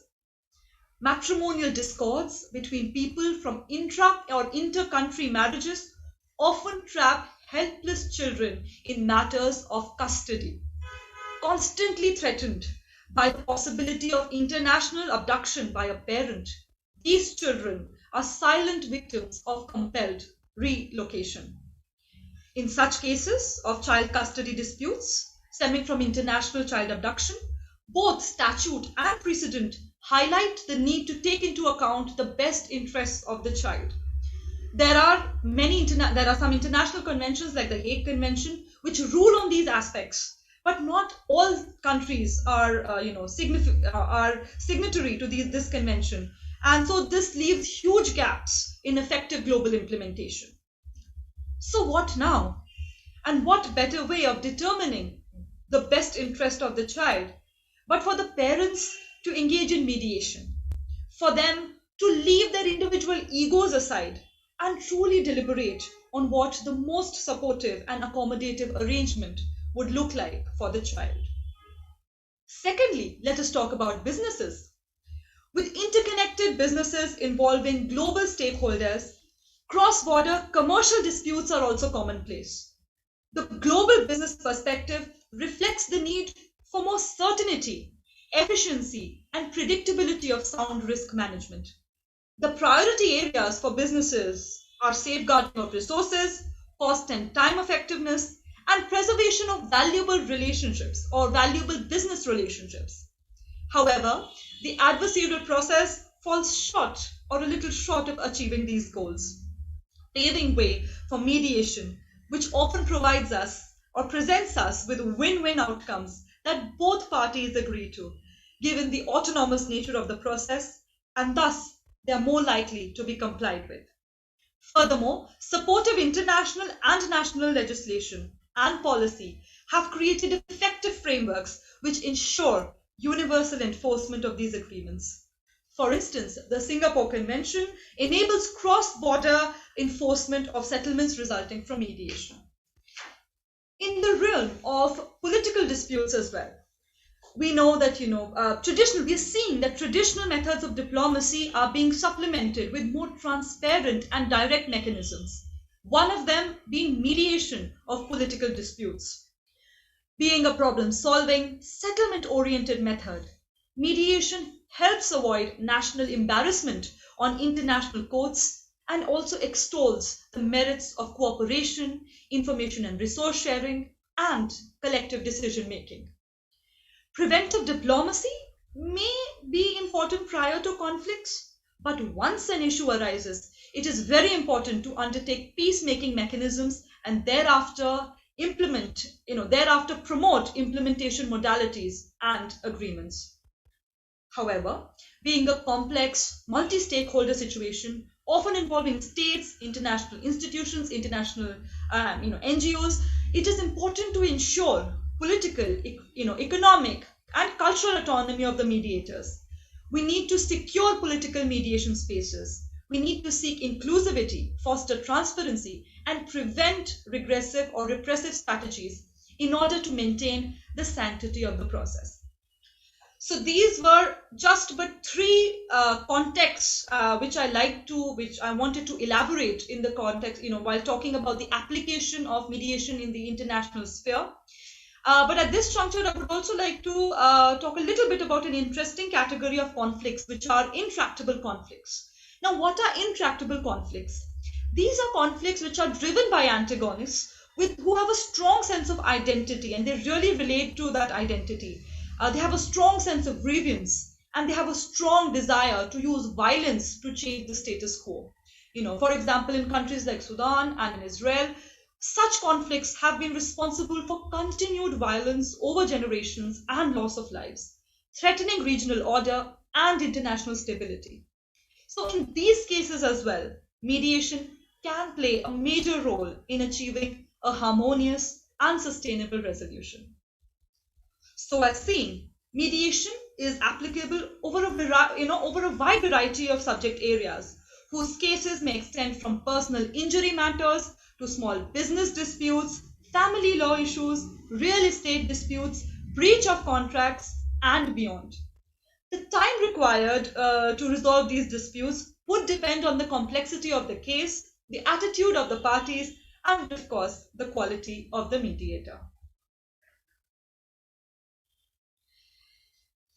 Now, let us spend some time in understanding the global trends in mediation. How has mediation evolved across jurisdictions? Is mediation growing? Now, the flags that I've mentioned here, they are not representative of all the jurisdictions in which mediation is being used, but only of the countries which I'm using for the purpose of this segment of my discussion. So mediation, we see, has grown rapidly all over the world, and particularly in common law jurisdictions such as in the US, in Australia, in Canada, in England. This further can be traced to the establishment of community justice centers in the 1970s and 80s in all of these regions. So we see how the earlier a country or a jurisdiction starts taking steps towards establishing the foundation for mediation, the sooner would they be able to progress in order to promote mediation and actually achieve the potential which mediation can have in their countries. But however, in contrast, we see that civil law jurisdictions have taken a little longer to embrace the practice of mediation. But now, in recent times, we're also seeing a reversal towards that end. Let us look at some recent trends. In France and Russia, we see that there are some positive developments which include institution of new laws and conventions which support mediation. In South Korea, court-supervised mediation is on the rise. In Australia, litigation is started to be seen as a slow, distracting and expensive process, giving way to mediation as a more viable alternative. Thailand is also witnessing a growth of court-annexed mediations. Italy now has a law mandating pre-trial mediation in relation to some subjects. Even in Israel, heavy workloads have led the courts to actively refer parties to mediation. And as Justice Iman Ali earlier mentioned, they have perhaps also come up with law mandating the same. And similarly, how it has also happened in the UK. In India as well, court-annexed mediation centers have gained credibility and acceptance, and our lawmakers are finally geared towards delivering a national law on mediation practice soon. As earlier mentioned by Honorable Justice Iman Ali, on the 17th of July, our Chief Justice, the Chief Justice of India, Justice Ramanna, also spoke that how it is so important for us to go into a mission mode in order to make mandatory mediation the first step towards settling disputes. So such kind of a powerful statement coming from a person sitting at such an important position of responsibility can go a long way in setting the foundation and in order to promote mediation in India. So let us look at some intra-country comparisons. Now we've discussed as to how mediation has grown across different jurisdictions. Now let us look at the evolution or the growth of mediation within a single jurisdiction. And here I'll just be taking two examples. In Singapore, the Singapore Mediation Center has recorded a settlement rate of 70%, with 90% cases being resolved in only one working day. In Singapore as well, mandatory mediation is there. So many cases before going to the courts have to be referred or have to go through the mediation process. And, this is also sometimes in cases of criminal matters. In Hong Kong, the court-annexed mediation center recorded a settlement of 780 cases in 2017, which was a huge jump from the earlier 361 cases in 2016.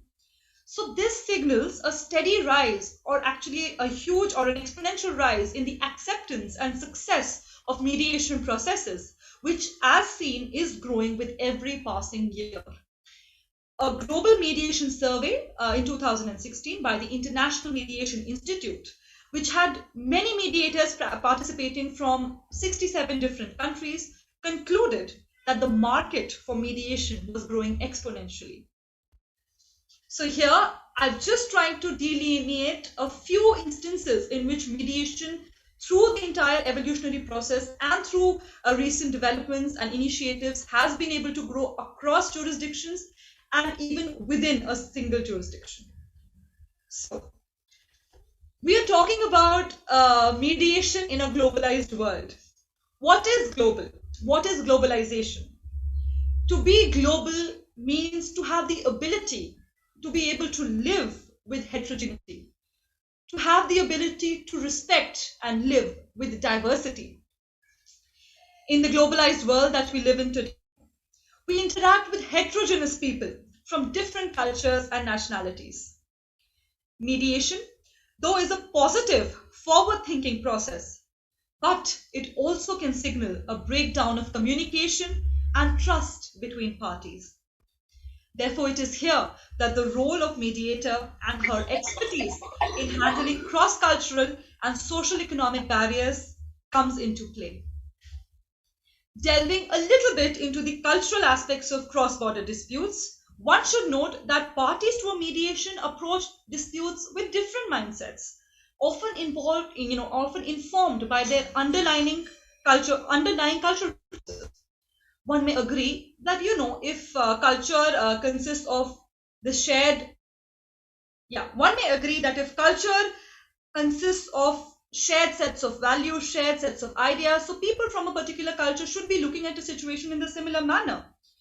And often this should lead to successful communication.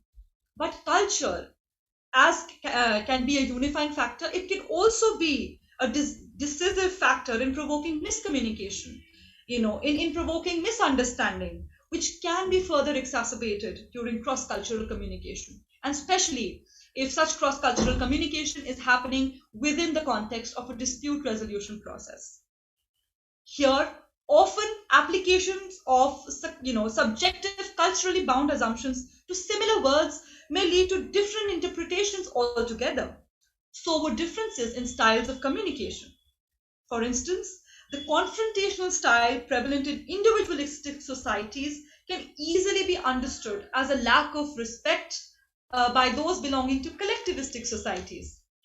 Low context societies are societies which value a forward approach to talks. They have no hesitation in contradicting others and refusing proposals. They have a business-like, result-oriented attitude, and their language has high informational content, and this is preferred. On the other hand, high context societies or Eastern societies may prefer a more indirect approach to discussions, including using non-verbal communication, or language with high social content, and they may also have a reluctance to contradict. So this reluctance to contradict or other face-saving constraints, or maybe just wanting to avoid embarrassment, may also lead to evasive responses or avoidance of certain topics altogether. But rather than interpreting this as an attempt to procrastinate and delay, such conduct derives from the desire to avoid embarrassment and keep relationships intact. So here it is evident how similar types of words, nuances, body language, and phonetics may trigger different responses across cultures. These culturally determined assumptions may prevent successful communication and, as a consequence, pose a risk to successful conclusion of the mediation. And it is for this very reason that mediators have to understand and adapt to cross-cultural communication differences of the party. A person's cultural background also shapes their interests, which may prove irreconcilable during a mediation. At this juncture, I would just like to briefly elaborate on what I mean by interests over here. So when we are in a dispute resolution process, for instance, we may want something. So we may want money, but why do we want that money is what kind of signals us towards our interest. So the fact that we want money or we have a financial need may be the position, in the technical word position, and the reason that why we want that money, do we want it because we have a medical emergency, or do we want it for a marriage, or do we want it to for a family member, or do we need it for some other thing? So the why behind we need something is what signals what our interests are.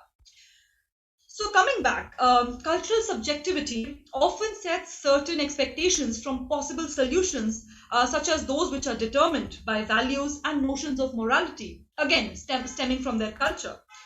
This can often lead to opposing interests, which can influence both the process as well as the outcome of mediation. Acknowledging and acting proactively on differing interests may provide opportunities for cross-cultural win-win strategies.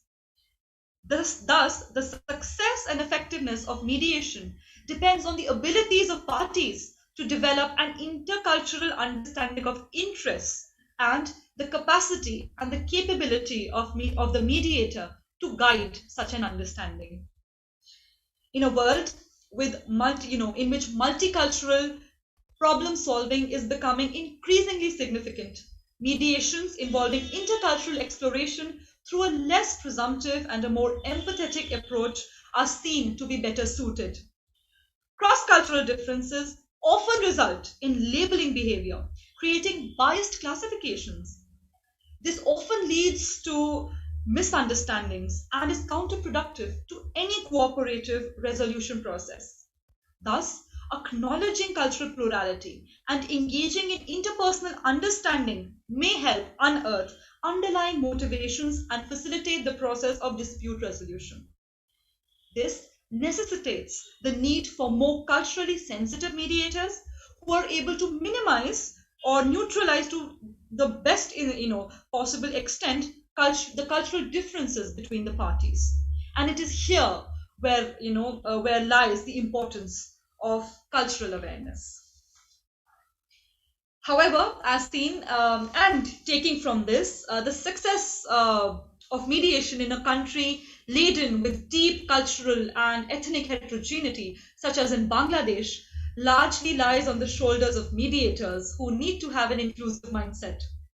In such cases, process expertise should entail skills which help us understand diversity, which help us understand privilege and context, and integrate and help us develop the ability to integrate these elements in our process design.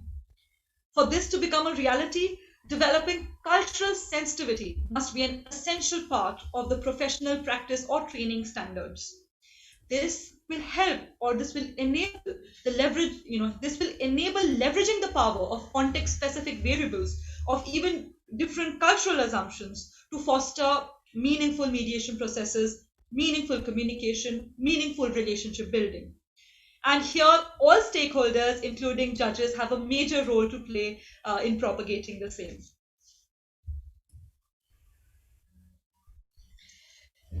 So now I am here. Yes. Yes. Proceed, Yes. Right. Thank you. So here, now I'm nearing the end of my presentation. And just like to share that, the world has to come together and evolve away from differences and towards unification. With increasing stress and chaos in the world, we must learn to keep calm and acknowledge the possibility of existence of multiple realities by listening to all sides and to understand that one doesn't need to agree to everything that the other person says just to understand another person's perspective. Mediation here is then not just a dispute resolution mechanism, but its core principles form the basis of an ideal way of living as well. Here, a change in judicial culture, more public awareness, good quality mediation training, laws and bar certifications are some of the basic requirements for mediation to have a strong foundation in any country. Today, it is very heartening to see international conventions, national legislation, enabling mediation-friendly environments. But we, all of us, as judges, as lawyers, students, mediators, and members of the civil society, need to spread awareness and promote the acceptance of mediation as the more humane path to conflict resolution. The time has come for the transformation of destructive conflict to a constructive resolution of problems. For this to be effective, the peace process must be pursued in a comprehensive manner, taking into account multifarious factors and weaving bridges in the process. Now, I would just like to go back to the normal session to just give a brief summary of all that we have covered today. So today we started by looking at the different mythological, religious, and historical and contemporary instances which show the significance of mediation across times. We looked at the advantages and benefits of the mediation process over the adversarial process.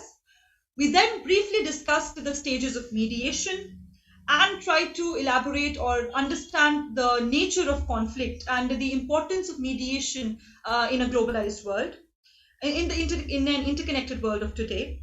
Thereafter, we discussed the different types of mediation and the different styles that mediators can use, and particularly focusing on the international sphere by taking 3 examples of the family, businesses, as well as politics. Thereafter, we discussed cross-cultural mediation and tried to look at, how cultural sensitivity is a very important value which mediators should have, particularly in cases of cross-border issues.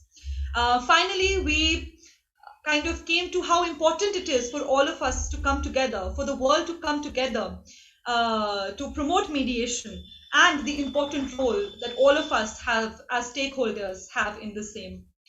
So I hope through my small short presentation today, I could help you get some overview or understanding of mediation and its relevance in today's world. I hope we get an occasion to address whatever was discussed today in greater detail later. And I'm extremely grateful to the Bangladesh International Mediation Society for having me here. I'm looking forward to all your questions and feedback, and hope my presentation was useful today. Thank you very much.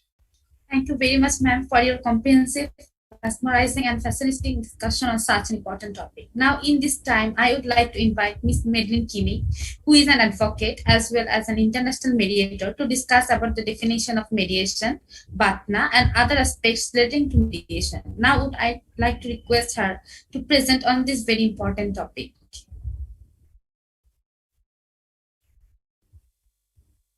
Thank you so much, and I thank you all, my lord, honorable judges, magistrates, and all that are here today attending this training. I hope I am audible and visible enough for you all.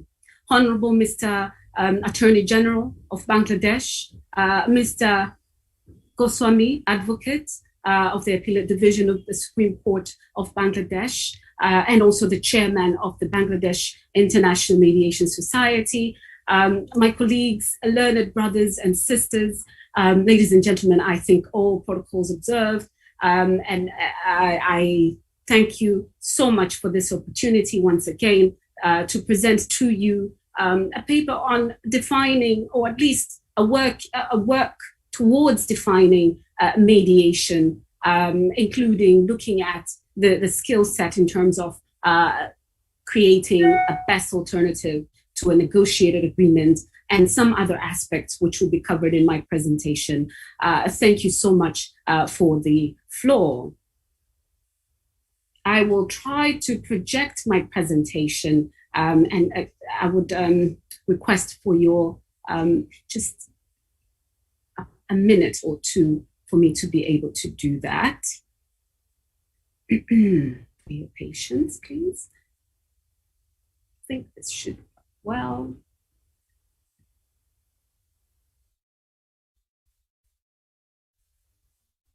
It's visible to everyone. If it is not visible, kindly do let me know. Thank you. And so, as I said, I'll be defining mediation, looking at BATNAs or WATNAs, others may know WATNAs as well, and other aspects. And my time might be limited. And so therefore, I hope there will be questions, as my previous speaker has said. I hope there will be a time where we would be able to further dive into the issues themselves in ensuring that we are understanding of the topic at hand. From the presentation made by our Justice Ali, what I heard, and when he started off, I was very intrigued by the fact that he took a different approach in his statement to us today, a different approach from the other trainings that I've attended, where he has chaired or at least delivered his opening address. And he said, ADR is good, yes, but in other aspects or in other forms of ADR mechanisms, there has been that overwhelming technical, consuming, expensive sort of aspects which have triggered different schools of thought, saying, is mediation the new arbitration? And if we look across the globe and read upon what is happening in the space of mediation and conciliation, there has been a lot of overhaul being done in terms of mediation rules that are applicable to international cross-border disputes, and also international practices in essence, touching on mediation. And so mediation really is at a critical point where we're seeing it being more embraced, especially with that boost that we received from the Singapore Convention, which I'll touch on very minutely in my presentation. And just to add on, and because it was really impressive, the new arbitration being mediation, this concept, or at least this school of thought, came about a lady known as Jacqueline Halley. And I want to caution you, or at least ask you all to look for this Harvard Negotiation Law Review 2012, where this paper was tabled. The author looked at the fading popularity of arbitration and the rise of mediation as an alternative to the court adjudication of disputes, and explored why mediation was moving this direction of arbitration and what implications flow from that particular phenomenon then in 2012. And we're sitting here in 2021. And she quotes very well, saying that in the mediation process, parties have the opportunity to experience individualized justice through the exercise of self-determination and the expression of participatory values. Now, she goes on to say, mediation shifts towards the more adversarial sort of binding process, arbitration we call it, crashes or clashes with those core principles and values. It also diminishes the development of parties' problem-solving capacities and the relational benefits as identified by that writer, Lon Fuller, in his very often cited paper, Reflections of Mediation, where he said, capacity to reorient parties.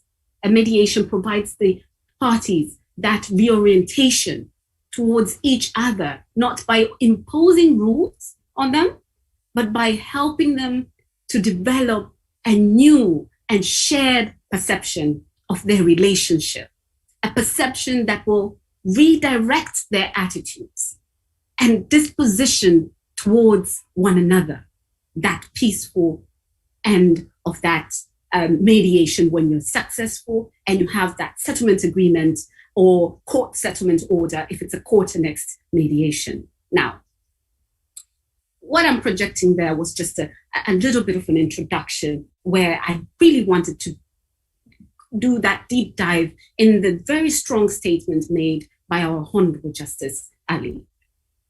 Now, this inevitable we all have heard.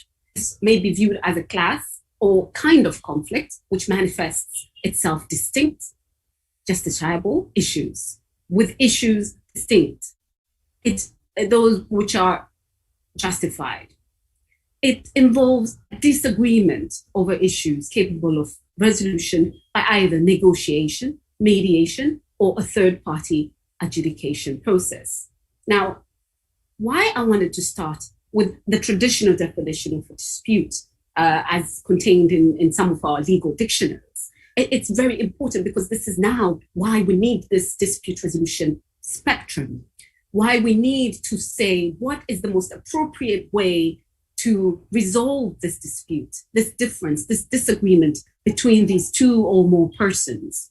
Now, the term ADR has been explored, has been discussed. We are all fully aware of what that spectrum consists of. And as you can see in front of you, we do have those non-binding processes, and then we have the binding sort of adjudicative processes where we feel we're walking towards the litigation route or the trial route, as opposed to the direction of where we wish to be, which is the peaceful way, direct negotiation, and then, of course, settlement of that particular issue.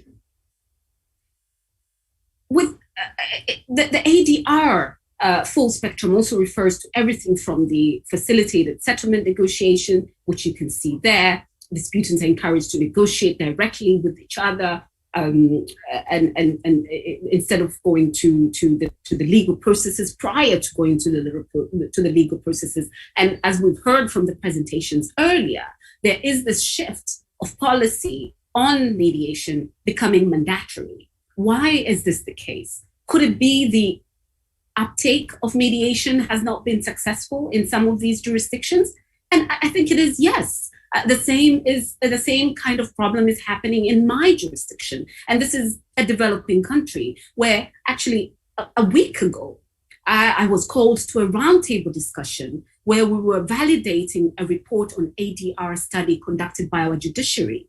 And the Chief Justice here thought, okay, let's call in all the stakeholders and see what they have to say. And this was one of those critical elements as to why we're not consuming this element of the court annexed mediation, and of course also the multi-door concept that has well been embedded in our civil justice systems. But we find that either the stakeholders, the users, the end user is unable to accept or understand these alternative options that it has. And so therefore, we're finding that we need to have these mandatory provisions whereby either if you do not conduct your pre-litigation ADR processes, then either there's cost sanctions, either the matter is then referred back and not submitted into the dockets of the court system. So there's a lot of things that understand that has to come out of this of our community actually taking up the forms of ADR that are available to it, and it really just explains those options that are available. What I'm here to talk about more, and I'll skip this particular slide and I'll come back to it slightly at a later stage, is the defining of what mediation is. If we go to the Black's Law Dictionary, which as practitioners, as an advocate of the High Court and subordinate courts here, we refer to this dictionary very much in our submissions. And there it says that it is the act of a third person who interferes between two contending parties with a view to reconcile them or persuade them to adjust or settle their dispute. Now, I don't like this particular definition very well because it does not dissect those elements which we all are pretty much aware of. So the next definition down, which is from the Center for Effective Dispute Resolution, this is a center that is based in the UK, and being that we are common jurisdictions, the UK, we borrow a lot from the UK. And they say that mediation is a flexible process conducted confidentially in which a neutral person actively assists the parties in working towards that negotiated agreement, or one can say negotiated settlement agreement, to a dispute, with the parties in ultimate control of the decision to settle and the terms of that particular settlement. And so we come back to the words of Ms. Jacqueline and her paper of 2012. Those are the elements that are the values of what makes mediation so advantageous to, as opposed to the adversarial systems in our court systems. Now, mediation, as it says there, is a consensual participation of the parties. Underpinning that aspect of voluntariness, engaging in mediation is a voluntary, and it's an opportunity to settle the dispute in a way which leads to a binding settlement, which can be enforced if necessary, now that we have the the Singapore Convention on Mediation. It makes everything much more acceptable for parties. Parties who choose to resolve post-border disputes by way of mediations are free also to adapt their own bespoke rules. So with regards to the rules attached to mediation, this is where you find that flexibility. And that's where you see mediation is a flexible process, and that is agreed by the parties. Now, I wanted to go on because today's topic, and when I read the headline, I read the aspect of international. That aspect of international took me back to the unicitral documents that are the foundation of our legal structures in many countries. And unicitral initially used the term conciliation, with the understanding that the terms conciliation and mediation were interchangeable. However, if you could look at the 2002 model law, Article 1, and compare it with the 2018 model law, you would see a much more expansive definition.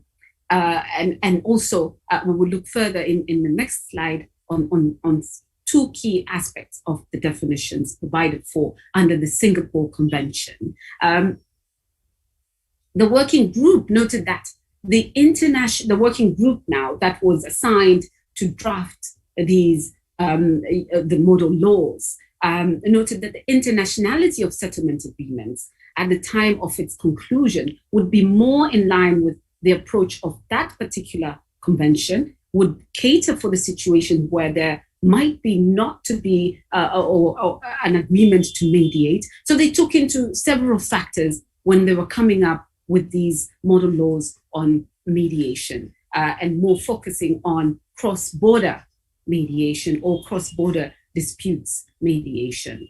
And if I could read just the Singapore Convention, Article 2.3, where it says mediation means a process, irrespective of the expression used or the basis upon which the process is carried out, whereby parties attempt to reach an amicable settlement of their disputes, which the assistance of a third person or persons, the mediator, lacking the authority to impose a solution upon the parties to the dispute. So they settled for this particular definition in the Singapore Convention. And I think that works well. And they got rid of the word conciliation.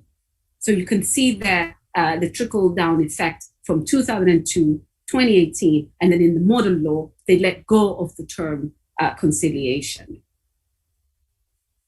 Internationality. What makes a mediation international? Definition of international, if we look at the model law, Article 1, subsection 1, and if we look at, and based on the model law, Article 1, subsection 4 of the model law. Now, Article 3, subsection 2 of the model 28 is international if these factors are. And there's a footnote there, which then says that the possibility that a state may consider broadening the definition of international settlement agreement by adding the following paragraph, saying that a settlement agreement is international if it is a result from international arbitration, mediation, as defined in Article 3, Parts 2, 3, and 4, which states as above, the parties to an agreement to mediate have, at the time of the conclusion of the agreement, their places of business in different states. So similar to the New York Convention, when we're speaking of arbitration, I do not want to confuse us, but this is now on mediation, when parties are from different states, or the state in which the parties have their place of business is different from the other. And it goes on to then give us those two subsections where the state in which a substantial part of the obligation of the commercial relationship is to be performed. So if the contract was being performed in Tanzania, then that would be the substantial part of the obligation. Then the second one is that the state with which the subject matter of the dispute is most closely connected. Where is this contract most closely connected? All these come back to the factual settings of those circumstances.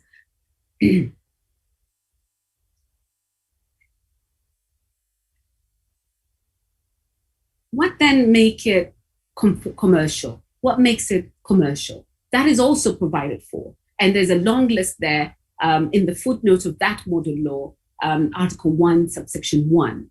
What makes mediation commercial?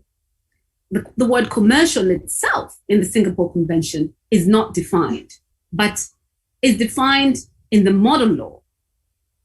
So that particular slide shows you what definition is provided for in the model law. But in the Singapore Convention itself, the word commercial is not defined. So the footnote that is in front of you remains the same and remains unchanged. And this is more desirable because first, being consistency, maintaining consistency with the model law and not having, different definitions on the word commercial. And also secondly, non-commercial civil matters could also be subject to quite diverse and localized cultures and legal rules. So you do not want to have that restrictive definition imposed. And so that approach to harmonize that enforcement of mediated agreements, they left it out and did not define it in the convention, in the Singapore Convention.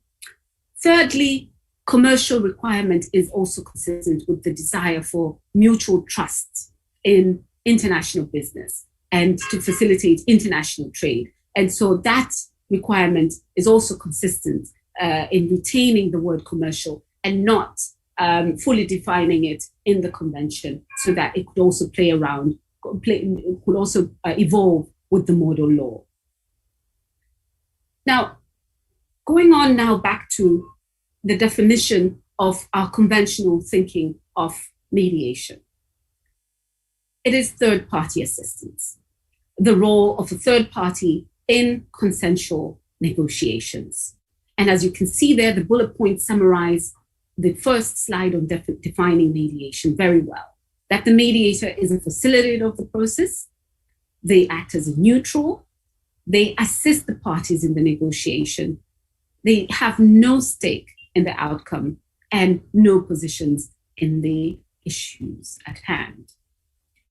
And so what we're saying there, and now we're delving into now looking at the negotiation aspects. Mediation is assisted negotiations and takes the form of negotiation by a third party being a catalyst who helps the parties in their conflict for the parties to negotiate a settlement out of that particular conflict. Negotiation can be contrasted and with other forms of binding arbitration, binding adjudication, such as arbitration, where there is no such process within those procedural aspects of, for example, an arbitration.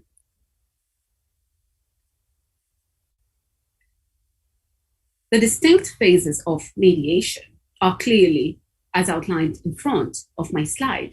They say there's the introductory stage where you set the scene and set the tone. And in setting the tone to the mediation, this includes the opening statements, includes setting the rules and answering any housekeeping issues at that introductory stage. At the introductory stage, usually there's the pre-mediation meeting where you at least get a feel of the parties that are going to be tabling their issues in front of you at the mediation session. And you may agree with counsels maybe for submission of position statements if it's a private mediation, or so on and so forth. And so this is really the introductory stage where you're setting the scene. Then you move on to the exploration, to getting the defining stage, where you get the issues on which the parties already agree or have identified to agree upon, as well as the areas of contention. And so once you start off the mediation session and you've introduced yourself, you've done your opening statement, the next process would be that definition stage, or you can say the sharing of information stage with each other and the mediator in terms of what the issues are. And so that stage then goes back, takes you, that exploration stage takes you now to the negotiation stage, and you focus in on the individual issues that are being contended by the parties to narrow down and simplify the process, and then, of course, those common ground and building blocks that are available in order for you to forge a solution to the problem. Then, of course, there will be the agreement stage, and then the contracting stage, which would then be the mediated settlement agreement. The mediator helps the parties to separate themselves from the problem in negotiation. Focus must be on the interests rather than on the positions. Hence, the mediator should help the parties to shift the focus from their positions to their interests. The mediator also is required to facilitate that generation of various options and selection of options most acceptable to the parties. When the perceptions of the parties differ, in appropriate cases, objective criteria like experts' opinions or data evaluation reports and so on and so forth can be relied on by the parties to examine the options and arrive at a settlement. Now, the focus on preserving relationships and achieving mutually beneficial agreements and the high success rates of principled bargaining settlements make it a desirable model for lawyers to adopt even during the mediation. This is now principled negotiation techniques. It is important that they recognize its limitations in context outlined in this presentation. As I move to my next slide, the principled negotiation technique really came about from a very well known book by William Fisher and his colleagues. But I will not be reading from William Fisher himself. What I'll be reading from is a book by Wildly Practice Guides, Stephen Walker and David Smith. Although the principled negotiation and especially the concept of Patna and Watna were really introduced by Fisher and Orai in their book, Getting to Yes. And what I would say is that these concepts of principled negotiations have since become the mantra of mediation. And their book really is very inspiring. And so I would recommend that we all have a read of the book. In Getting to Yes, what they say is that BATNA stands for the best alternative to a negotiated agreement, and WATNA is the worst alternative to a negotiated agreement. This is for Stephen Walker and David Smith. This is rather misleading, they say, in the context of mediation. In fact, the only alternative to a negotiated agreement at practically all mediations is a trial. Whether it is a good or bad alternative will depend on what the judge would say. So in fact, the BATNA is the same as the WATNA, which is the trial. Now, I'll go back to my presentation slide now. The reality is, yes, we are going to be using, as mediators, negotiation, and they call it an art or science. But mediation is a practical activity. It is not just an art or a science. It is a craft, because one needs to have practiced it well. Giving parties an opportunity to make peace and not war. It is a hefty, hefty task indeed. And so therefore, you must be well prepared and have the skill sets for one to be able to drive through to that winning position, meaning that you have prevented war and really maintained peace. The challenge is not to eliminate conflict, but to transform it. And mediation is not destructive. It is not an adversarial battle. And yes, for those who are too hard-headed, side-by-side problem solving could also work. And so this is what, in getting to yes, William, R.I., and Fisher really look at and say, okay, so how do we get to yes? How do we overcome these particular challenges of the fact that you could come about with a difficult party in a negotiation? A mediator should help the parties to separate themselves from the problem.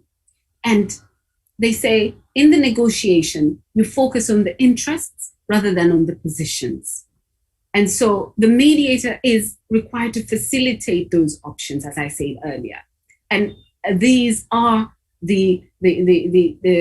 some of the opinions in that booklet as I've presented them now. It says that principled negotiation directs that you look for mutual gains whenever possible, and that when your interests conflict, you should insist that the result be based on some fair standards, independent of the will of either side. So principled negotiation shows you how to obtain what you are entitled to and still be decent. I like that. It produces wise outcomes efficiently and amicably by being problem solvers. So you separate the people from the problem, or the problem from the people. You focus in on the interests and not the positions. You explore your interests, avoid the bottom lines, and create a variety of options, meaning that this is being creative. You know, when we were learning or when we were being taught commercial mediation at the Chartered Institute of Arbitrators in the UK at the Bloomsbury Center, the first thing, and I recall the first thing we were told was that it was the creativity in the process that makes mediation so appealing to commercial players, to businesses, to also parties in the workplace. It's that creativity that one could adapt. And so you only would insist to have mediation as a form of settling your disputes, due to that chance of creating options, variety of options that parties could look into, adapt in order to reach amicable settlements.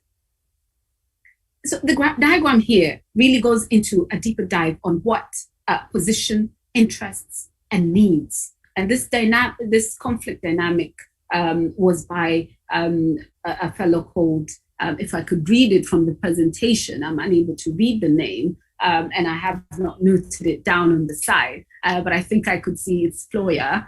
And so this is not to say that these are differing types of negotiations, mutually exclusive. To the contrary, actually. Negotiations that are more primary about money, for example, generally involve non-monetary interests, you see. So you would find that, yes, it's a money dispute, but the actual interests are non-monetary, probably, that motivate the parties, which can create not only obstacles to dispute resolution, but can also provide an impetus for resolution. And so what Ori and Fisher really oppose is that. So positions, what they mean by positions are wants. The negotiators say they want. They are really solutions that have been proposed by the negotiators. And so the positions are based upon the interests of the parties. Interests are usually not disclosed. at least not in the competitive negotiations. In most negotiations, people take and give and then give up a series of positions. Behind every position, of course, as I say, would lie an interest. Then what are the interests? These are the whys. Interests lie behind those positions. Interests represent the basic needs to be met. Money and price are not interests. Money represents purchasing power, the ability to acquire their needs, as opposed to and that would make it the interest, the desire to have that need or the status or power itself. Understanding interests is the key now to understanding a win-win negotiation. And arguing over positions produces, of course, arguing over these positions, and if you stick to positions, produces outcomes which are very unwise, inefficient, and also endangering that particular relationship. And so successful win-win negotiations requires finding a way to disclose those interests without being taken advantage of. So then we get to our partners in a later slide. What about the rights-based versus the interest-based mediation? The slide there is very clear. What is the right-based approach? This focuses on the legal rights of the parties and attempts to achieve a resolution which meets the relevant legal criteria of a particular dispute in a manner that is consistent with resolution achieved in the traditional court setting. However, interest-based approach focuses on the underlying needs or interests of the parties and encourages a broader range of solutions or resolutions to the dispute, which addresses the underlying interests of the parties instead of their legal interests, which is the rights-based approach.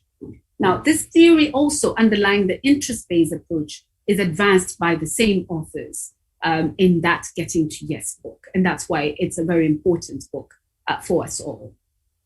The reasons you negotiate now is to produce something better than the results you can obtain without negotiating, they say.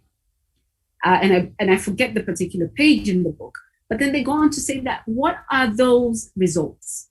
You ask yourself. You then ask yourself, what is that alternative? What is your partner? What is your best alternative to a negotiated agreement? This is the standard against which any proposed agreement should be measured. Now, engaging in such questions is really doing reality testing. Asking yourself what is your best alternative or what is your worst alternative is really conducting an analysis, and that will bring you back to reality, basically. So that analysis can be highly influential in a case. And that assessment needs to be done prior to you getting into the negotiation table or the mediation session. The partner, as I said, represents the best result that a negotiator can get somewhere else if an agreement cannot be reached with the other party. In other words, the partner is your alternative that the party will select if they must walk away from the negotiation. If the negotiation involves finalizing a deal, for example, the partner is the walk away to another party who can offer you a better deal. So if you're negotiating a contract and he's quoted XYZ amount, which is slightly maybe 10% higher, that will then be your walk away and say that you would retain those services from the slightly cheaper provider. If, however, the negotiation involves a lawsuit, the partner is usually, as I said earlier, and from the book of Stephen Walker and David Smith, is going to the trial.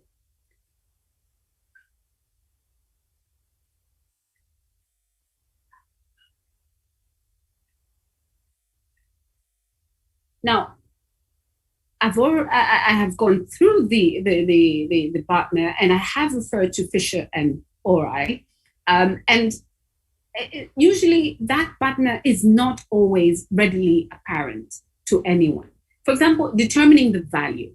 The true value of a lawsuit is in determining that it does take a lot of work. It could even involve valuation of assets, understanding the fair market value of those assets for those who are willing to buy it in the market. The number of maybe engaging accountants and so on and so forth. So coming about with the partner could be a hefty task. And one needs to do an analysis of that sort before entering a negotiation or a mediation, especially those negotiations which are purely commercial. In fact, such experts would have to be to deal with not only just the partner, but also provide at least one partner prior to the entry to negotiations.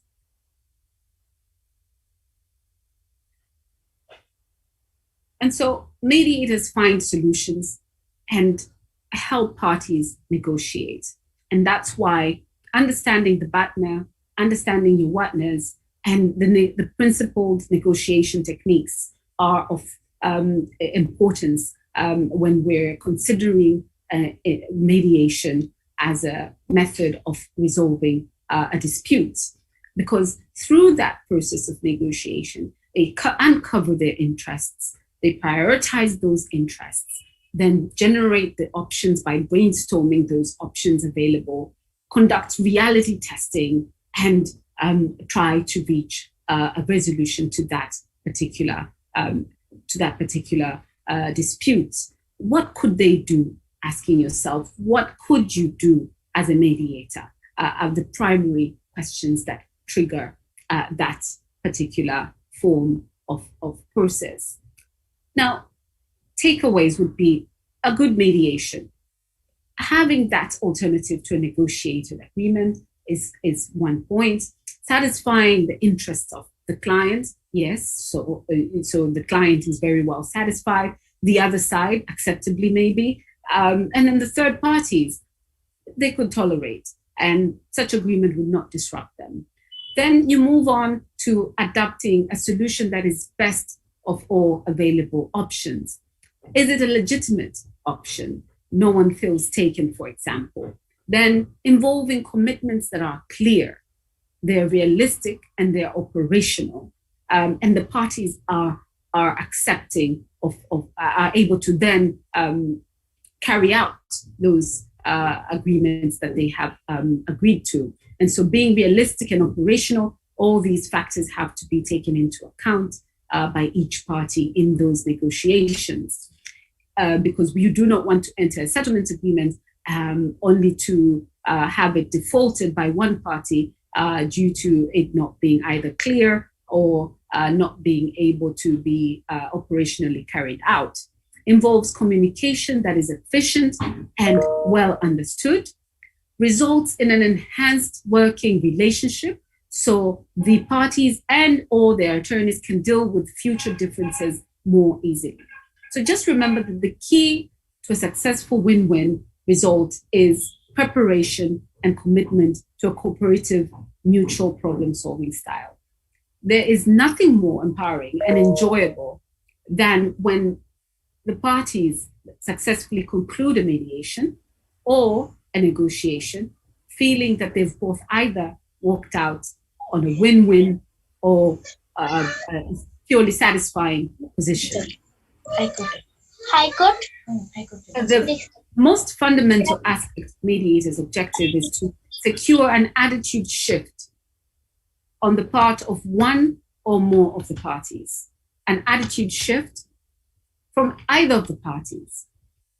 Without this, the parties are likely to remain entrenched in the positions of which the principal negotiation techniques tell you should move from, as when they are they've entered the conflict, creating literal prospect of settling their disputes.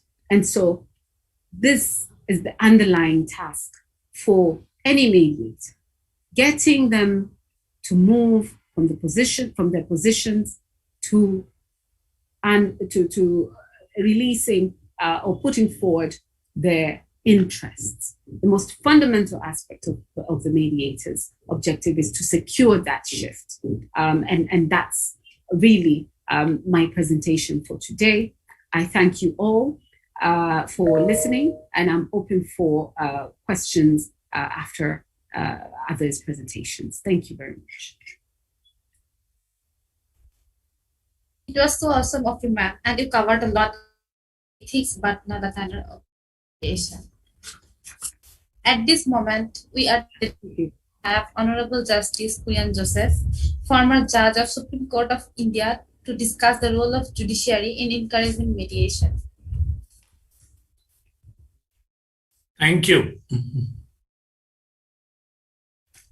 My beloved brother Imam Ali, Honorable Attorney General, my previous speaker Madeline, and dear sisters and brothers in the judicial fraternity. It's a great pleasure in being part of a program organized very systematically in Bangladesh.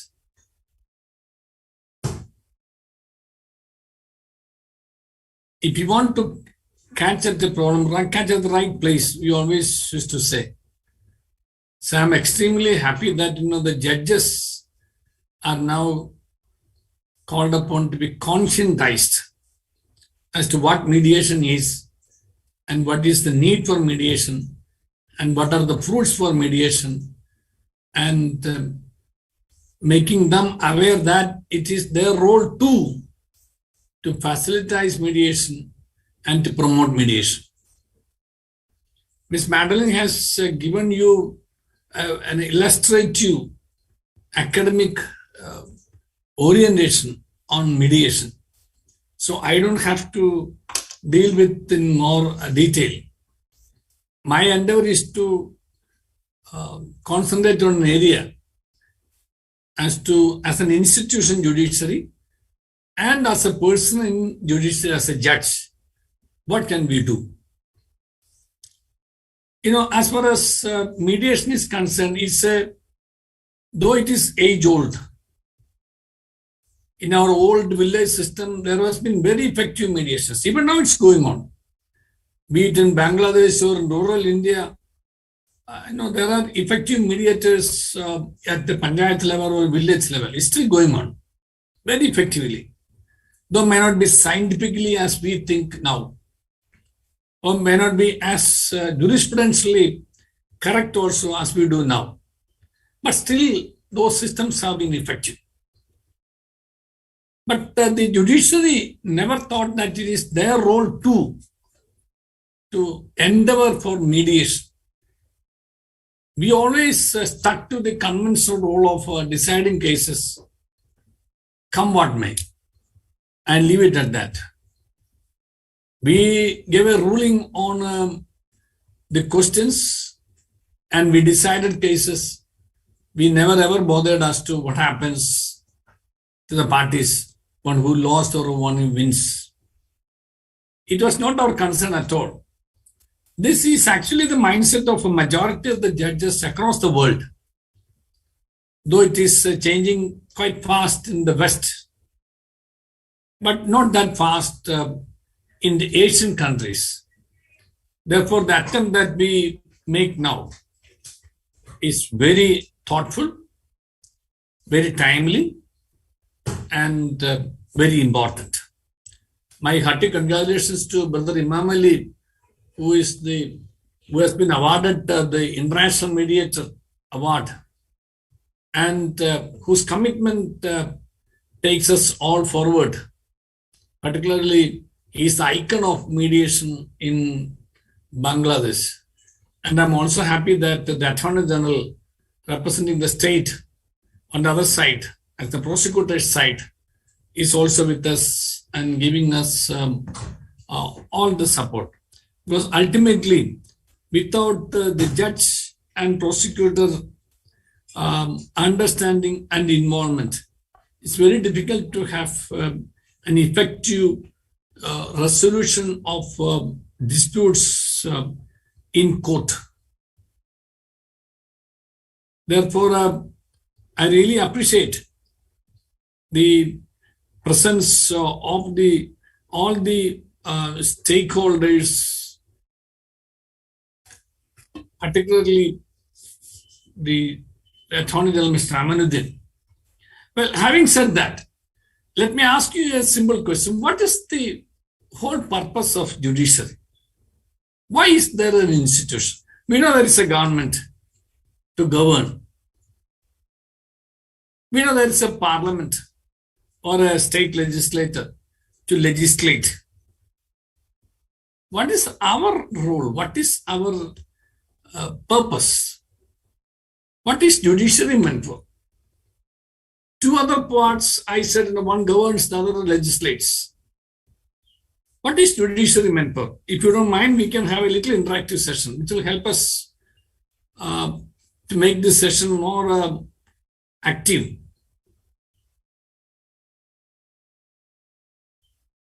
What is judiciary as an institution meant for? As an organ of the state meant for? It's an organ of the state. What is it meant for?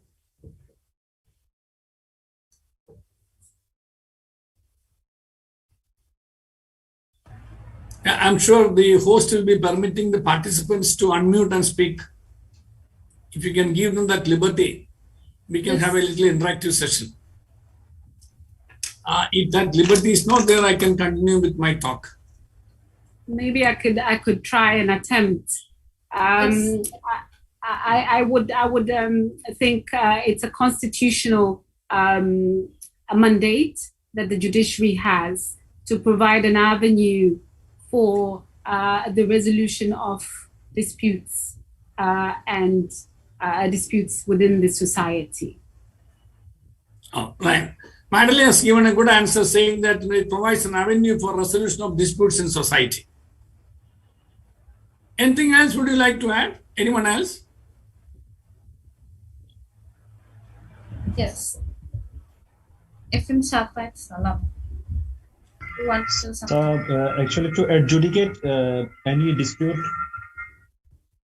Adjudicate on disputes, yeah. Without the adjudication, you cannot give a solution, yeah. So it's an extension, or rather it's a stage of what Miss Madeline said.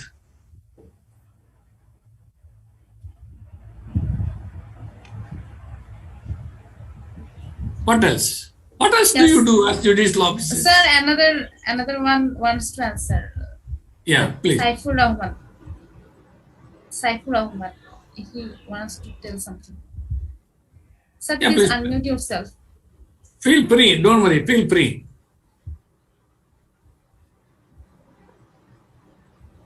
Sir, we can't hear you. And there's a saying, Kindly, if if you unmute yourself. there's a saying like this, if we are right, we can lead. If we are wrong, we can be corrected. So feel free always in participating in a session.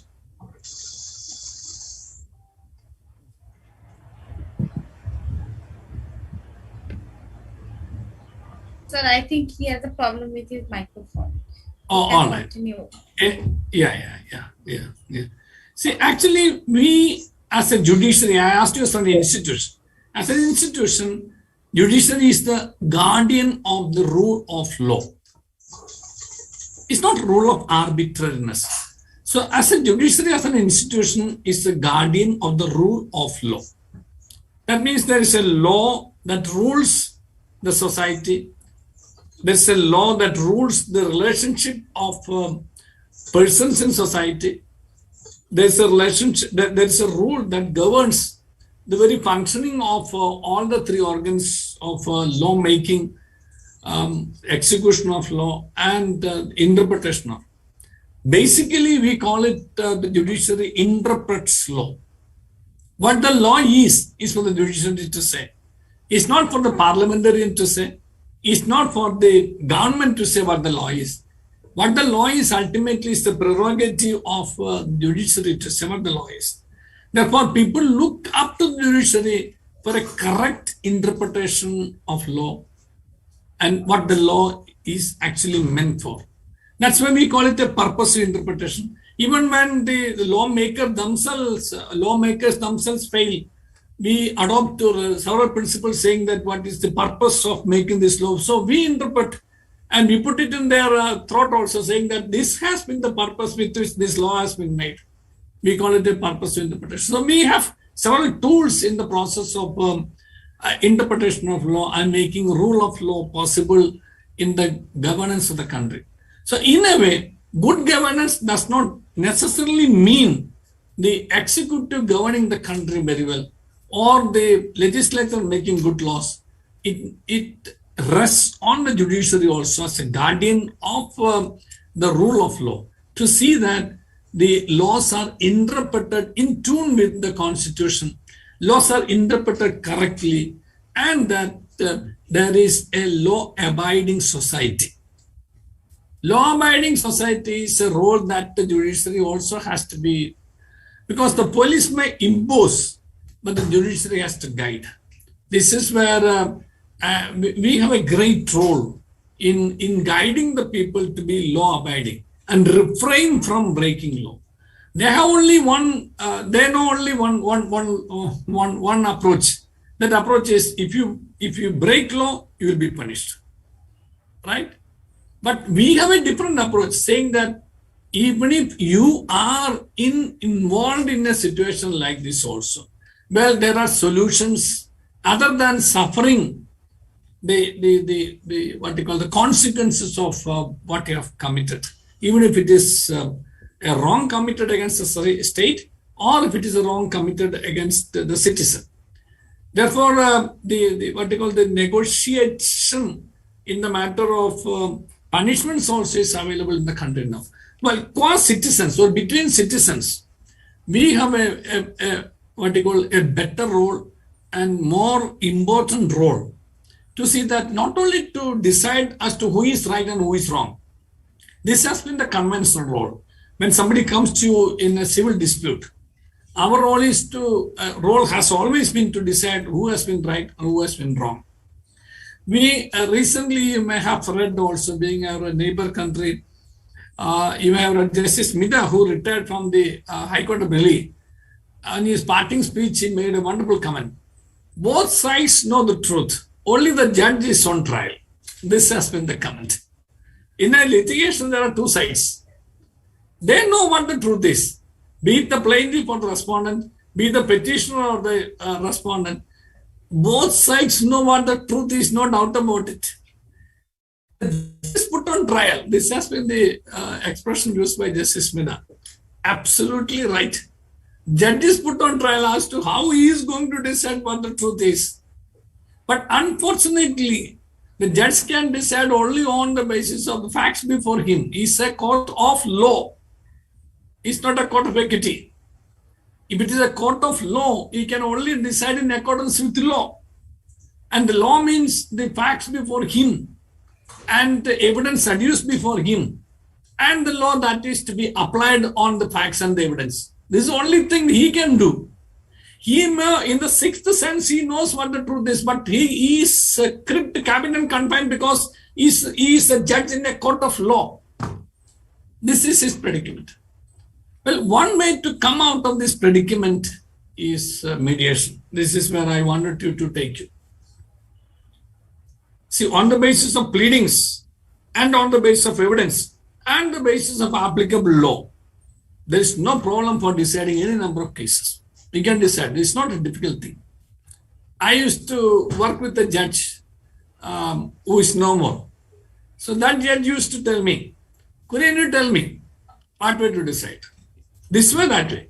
I can decide both ways. And the decision I can substantiate also. Therefore, it's not difficult for a judge to substantiate what he has decided.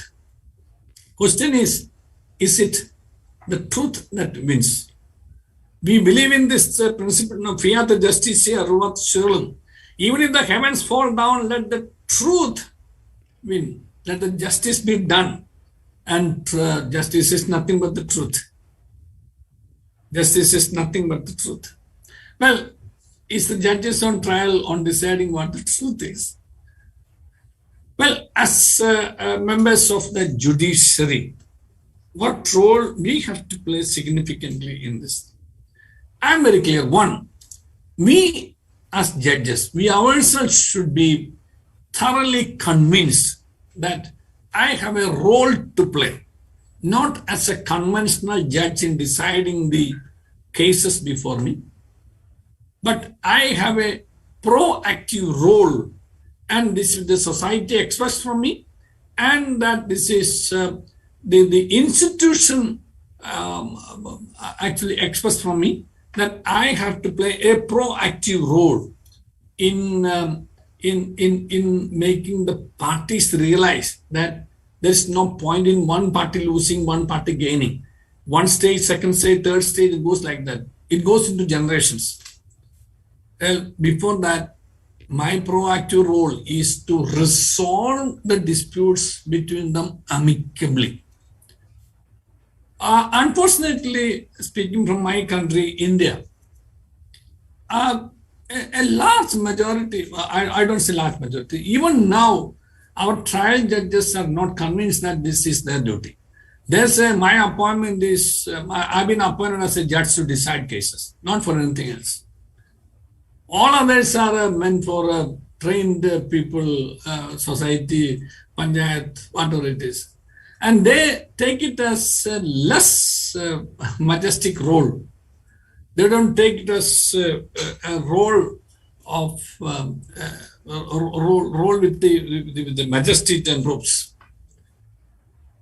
This has been the mindset. So first obstacle for me, I always tell people, what stops me from going forward is not what is in front of me, but what is within me. This me is my conviction as to whether I should be as a judicial officer. I should take a proactive role, as Madeline said, in the interests, understanding the position, and making the parties realize the need for a settlement. So, first of all, my dear sisters and brothers, be convinced that this is also not one of the roles, is a very significant role that you have to play as a member of judiciary and as a judge. You can give valuable contribution. In the previous sessions, we had discussion with the Justice Imam Ali also, promoting the mediation, judge-involved mediation. The better, what we call encouragement needs to be given. It's not the points or marks to be given for the judges who decide the questions of law, but for judges settling. To me, I always felt settling a case is more important than, more onerous, more difficult than writing a judgment. Writing a judgment for a seasoned judge is not a big issue. The moment you become an experienced hand, the facts, pleadings, evidence, apply law, refer to contentions, decide, finish. That is the judgment. Nobody can blame you, even if you go wrong also. If you have a systematic process on which you have adopted for reaching at the conclusion, and that the conclusion according to you is supported by the facts, evidence, and the law, then nobody can blame you. You may go wrong. I've been a judge in the Supreme Court. I always say, had there been another Supreme Court, maybe many of my judgments would have been overturned. Supreme Court does not mean that is the ultimate word on the law. Had there been somebody above me, it would have been correct. Maybe, yes, one does not know. It is supreme only because there is no other court above the Supreme Court. That's the only thing. So let's have that open mind. Let's have that understanding. Let's have that conviction that I, as a judge, working in judiciary, my role is not simply to decide cases. My role is not to lay down interpretations of law. My role also is equally important role is also to resolve the disputes between the parties and send them to the society to live peacefully. That is how we usher in peace in society. That's why I said we have a role. If somebody wins and somebody loses, there is unrest in society. But if both sides win and both sides do not lose, there is peace in society. So mediation leads to peace in society. Don't forget that. A judgment may not necessarily lead to peace in society, but a peacemaking process is always there in an effective mediation. Even if the mediation does not become successful also, as Madeline said, the moment you are able to restore the relationships, the moment you are able to have a better communication between the parties, the moment you are able to understand the parties about their position and their interests and their needs, maybe, this ice would melt even after some time later also. It may be too little early for them to understand immediately, but the seed that you're sown in the hearts or minds, Madeline used the word hard-headed. Unfortunately, in our society, we are hard-hearted. That's our problem. Head is not that hard. Heart is hard. That's the whole problem. So hard-heartedness is the big problem. It's not the hard heart. This hard-heartedness is the real cause for all the major disputes in the family, in the organizations, and in the society. Leave aside all other civil disputes, but in a family, in the organization, in the society, this hard-heartedness, which we have some other beautiful words like ego, whatever it is. It goes like this. So particularly in family disputes, this hard-heartedness or one-upmanship and holding on to what you have already taken a stand and a position to be the absolute position and never ever permitting to or never ever opening your mind to see that there is another side of the issue. No, this hard-heartedness. So my dear friends, as a judge, we need to be convinced ourselves. Once we are convinced, then we have to prepare. How do you make others realize that there is a need for mediation? I always try to identify major stumbling block in going ahead with mediation is our lawyers' fraternity. They have their own problems. One of the problems is that it affects their income. I don't have to comment on it. It affects their income, no doubt about it, because they get their fee when they argue the cases. 1 second. As far as mediation is concerned, there's no much argument. After a certain stage, we always get the parties around and then work out through a different mode altogether. There's a channel change. But do we have to keep away the laws to them? I would tell you, my dear judges, always give a little bit of moral instruction every day in your court. Every day in your court, a moral instruction to the lawyers when the clients are also present. That, that as lawyers, your role is not merely to argue the cases. Your role is not merely to argue the case of your client only, but you are also an officer of the court and you have a duty to the court and the society that you also have a role to play to bring in peace in society. Just give a moral instruction and prepare the ground, melt the hard-heartedness of the lawyers or hard-heart of the lawyers. And, you can tell them that this is not going to affect their purse. This is not going to otherwise affect their income also. The moment the lawyers get an understanding or a feeling that, by being mediated settlements also, the lawyers are not going to be affected. Otherwise, financially, they will be very happy to cooperate. And the third is the society at large. The wonderful sessions that you conduct now and the publicity that you give now to the mediation process in the nation Bangladesh, the country, that will help the people realize that mediation is also one of the problem-solving platforms, not judiciary only, not the police station only, but here is a place, a trusted place where you can be wholly confident that your interests are well protected in terms of confidentiality and in terms of its effectiveness. So in terms of confidentiality and effectiveness, if the lawyers and the people the society gets a feeling that it's not mere argument only, but there is a solution process also. The resolution process also taking place, and that too in court. That makes the whole difference, because your settlement now goes to the court and then becomes a decree also. So it has all the sanctity of a contested decree also. And that the place is a holy place, we always, it's a holy place. And we are all people who are actually the duty holders in that holy place.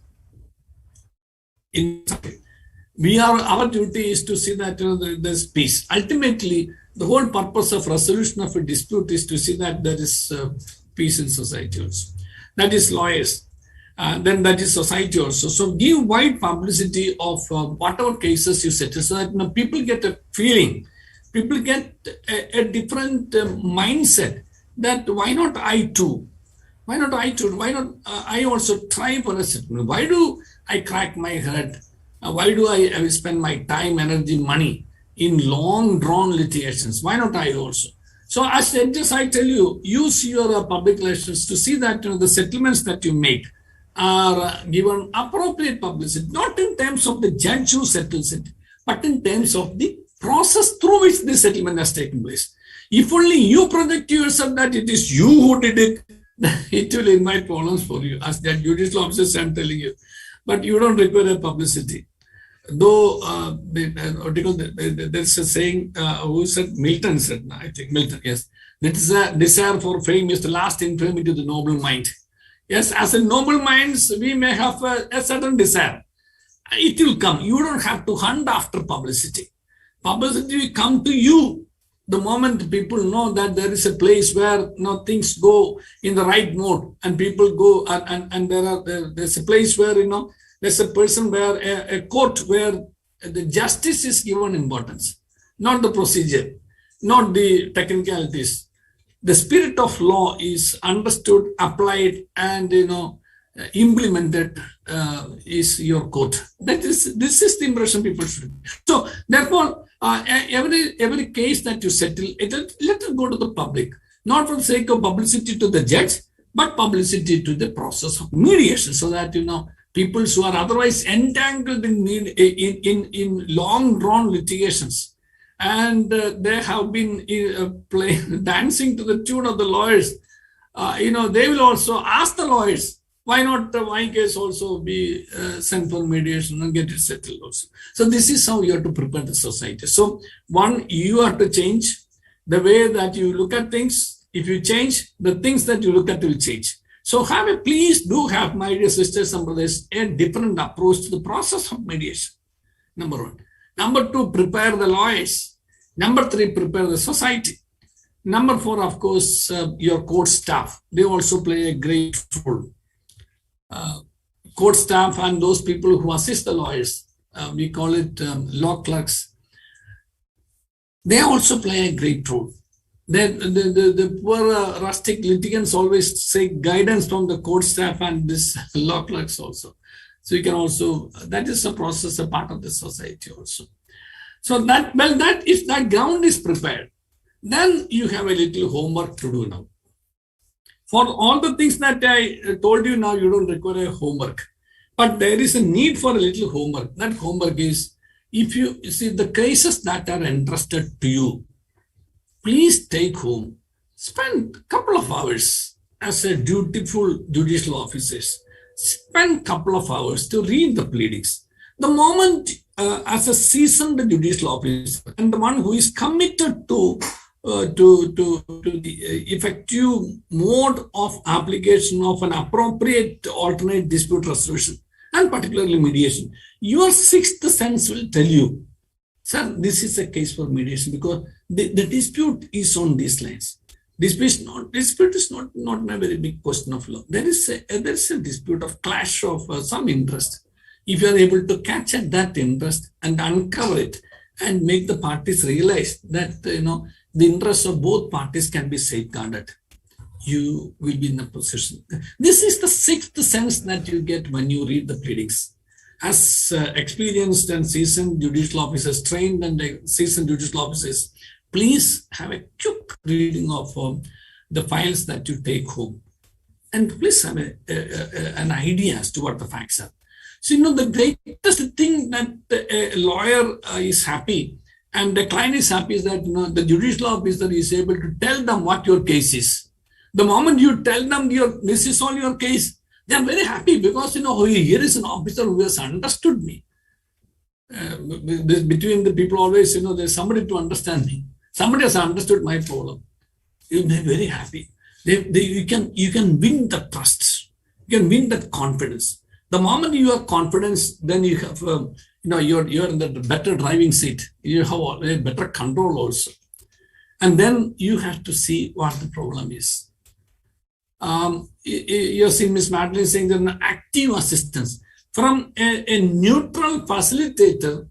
Now, mediation is going forward and saying that one who is able to actively assist the parties to reach a settlement. Neutrality is a non-negotiable factor in mediation. Neutrality is never compromised.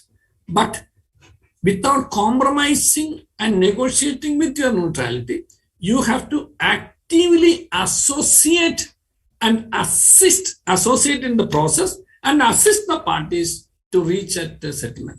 Well, that is, of course, to restore communication, make them realize the understanding of relationship, then realize what is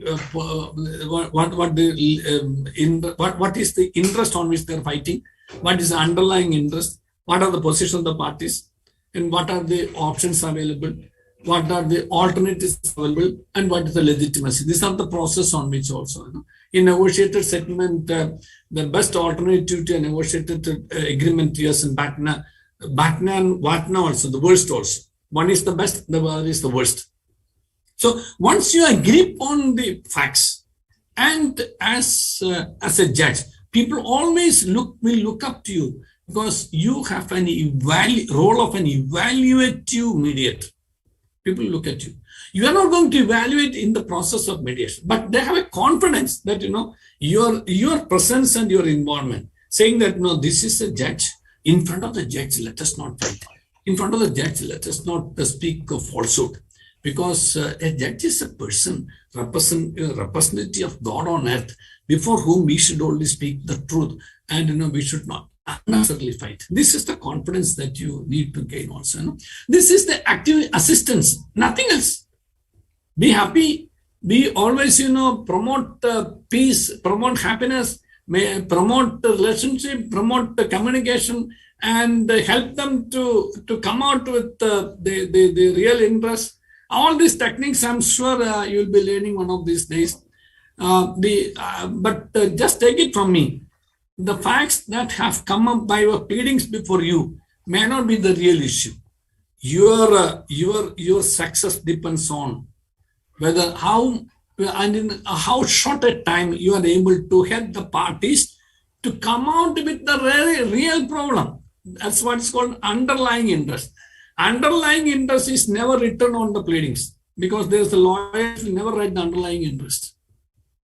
They will only sharpen the tools by making the facts as hard as possible, making the heart hurt. But making the heart melt is your role as a mediator. Heart melt by making them realize the importance of relationship, by restoring the communications between them, by helping them to realize that the futility of long-run litigations and making them understand the need for a solution and making them understand that the solution, the faster the solution is, the better it is for all of them financially, emotionally, and in all respects as well. So my dear friends, I told you, these are some of the symbol roles. I have not spoken to you about any very theoretical. I'm telling you about the practical aspects also. Had there been little more time, I would have probably said, the judge, can very actively involve, because the sixth sense of a judge is very important in understanding the interest. You will be able to, when the people's fight on facts, or even if they do not speak out the truth also, after some time, you will get the real position. You will be in a position to guide them to the truth, guide them to the position, and help them to evolve solutions or options, because by the time the need would have been identified, interest and need, right? From interest to need, you take them. And if you're able to cater to the needs of both the parties, that is the success in mediation. Thank you. I can spend some time for any questions, because this is your time at 6 now. I've been asked to stop at 6. But if I have no problem in spending a little more time with you. If you want any questions to ask, I'm here. Thank you very much, sir, for delivering extraordinary and wonderful presentation. That was flawless. Sir, someone raised. Iqbal Hussain, Assistant Judge, Lakshmipur, he raised his hand. Tell something. Thank you. Actually, I wanted to answer what Sir wanted to know for what the judiciary is. That was over also. But if you allow me, I can say I can add something. Yeah, please.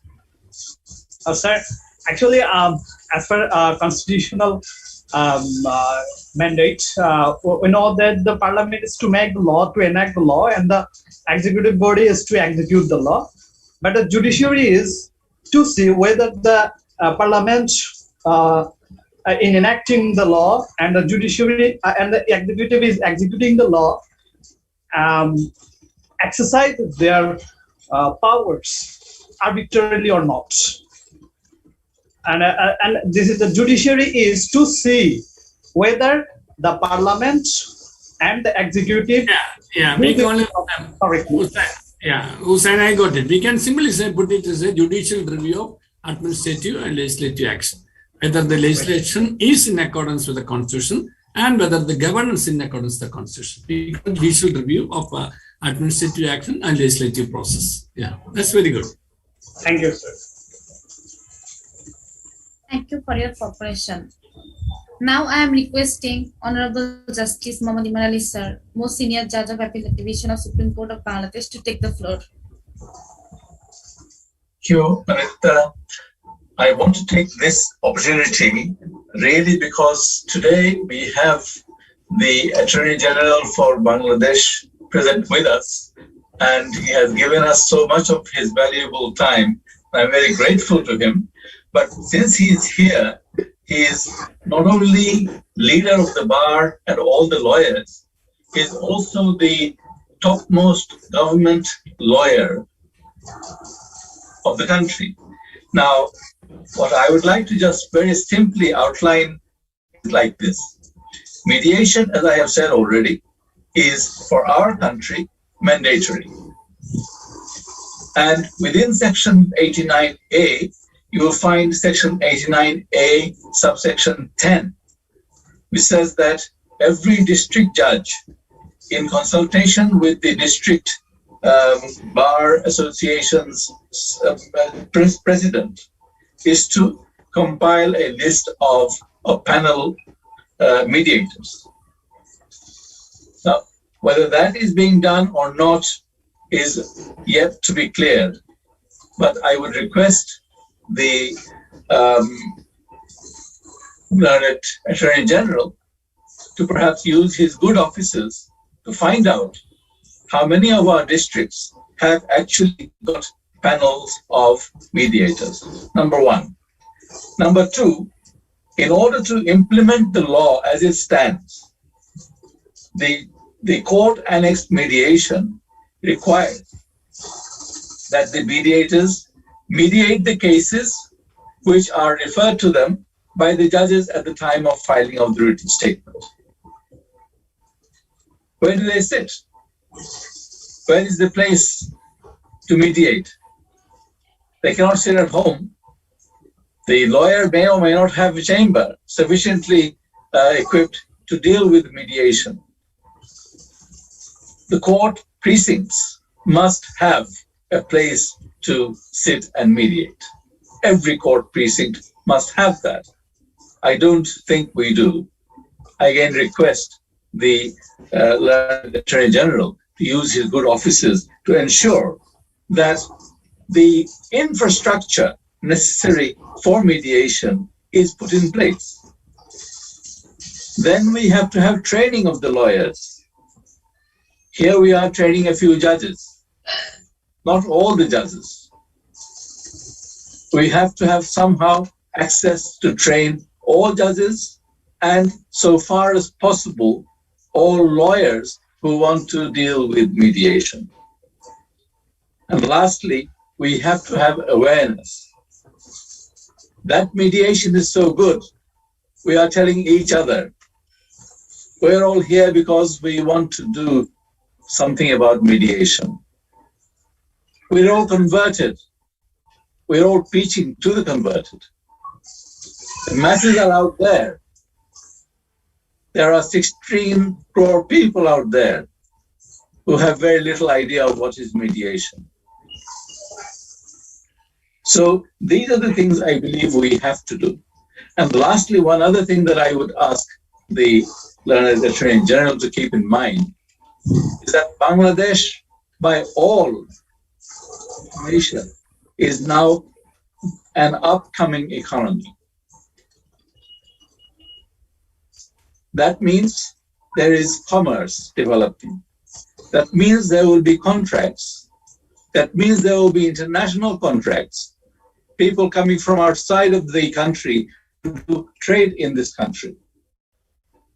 If that is the case, then we need a separate law in order to accommodate international business transactions. Wherever there are business transactions, there will be contracts. Wherever there are contracts, there will be disputes. And when there are disputes, they need to be resolved. And if we go back again, mediation is a good process to resolve disputes. If that is the case, then we must have the dispute resolution process built into our legal system for international transactions.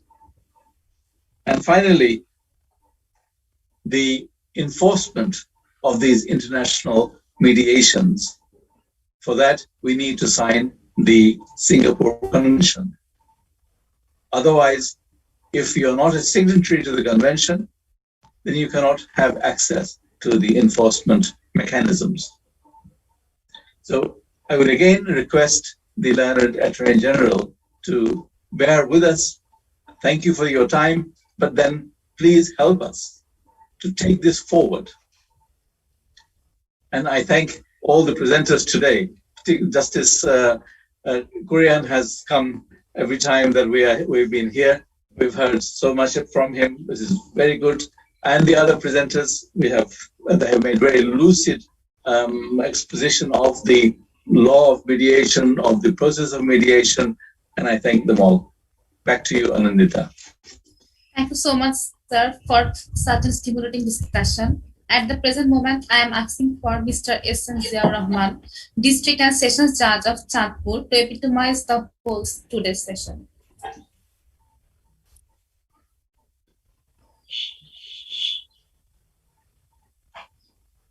Thank you, Anindita. Am I audible? Yes, sir. Thanks again. Bismillahirrahmanirrahim.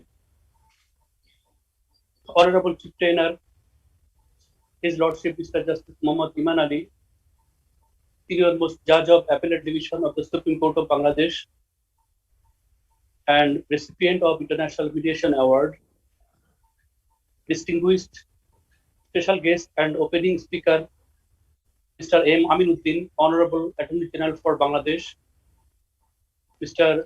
Somarendranath Goswami, Learned Senior Advocate and Chairman of Bangladesh International Mediation Society, Honorable Resource Persons from home and abroad, respected Senior District and Session Judge Satkhira, Mr. Sheikh Mofizur Rahman, who is the assessor of this training program, my brother District and Session Judge of Khatasori, Mr. Muhammad Sainuddin, dear trainee judges of different years working in the Chittagong Division, Ladies and gentlemen, Assalamu alaikum and very good afternoon. At the outset, I would like to recall with humble respect the greatest Bengali leader, father of the nation, Bangabandhu Sheikh Mujibur Rahman, who throughout his life had sacrificed a lot for the cause of our independence and freedom. I also humbly recall Bangamata Sheikh Fazilatul Nisa Mujib, along with the martyrs of the 15th August 1975 and 3 million martyrs of our liberation war of 1971 for their supreme sacrifice. I pray to the Almighty for salvation of their departed souls. May the Almighty keep them in the highest place of Jannah. Respectable present, it is a great privilege and honor for me to be here among the dignified legal luminaries of national and international arena, working for the cause of effective implementation of mediation process in the judiciary, with a view to providing quick and cost-effective delivery of justice and reducing the ever-growing backlog of cases. Dear participants, today we have enjoyed for several hours 2 segments of this wonderful training program.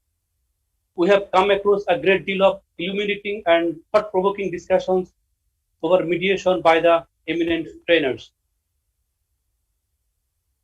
In the opening session, Honorable Special Guest Mr. M. Aminuddin mentioned that most of the civil suits are originated from property disputes, family disputes, etc., which can be easily resolved through ADR mechanism.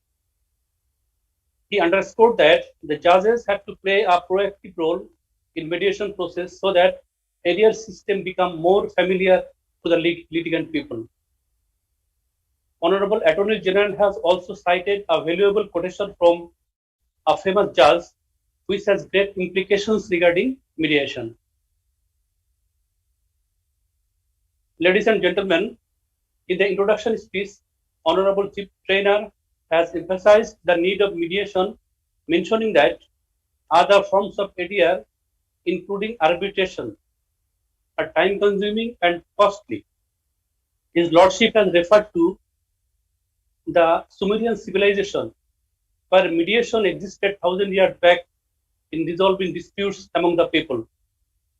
Honorable Chief Trainer has also cited valuable quotations from the then American President Abraham Lincoln, which inspires mediation and discourages litigation and persuade the neighbors to come to negotiation in order to bring harmonious relation in the society. His Lordship has also cited quotation of an American justice who emphasized that litigation is to be avoided so far as practicable. Most importantly, he informed us that in an occasion, the Honorable Chief Justices of India and Singapore agreed to the opinion that mediation is the way forward. His Lordship informed us that there are 40,000 mediation centers in India, and they have resolved 1 million of cases through mediation process, which has ultimately reduced the number of cases fourfold. As there is no revision, appeal and review because of settlement of the issues by agreement of the litigant parties. The Honorable Chief Trainer has referred to the invaluable speeches of the father of the nation, Bangabandhu Sheikh Mujibur Rahman, regarding reformation of the judicial system so that the litigant people get quick and cost-effective justice, which is a clear indication of mediation and alternative dispute resolution.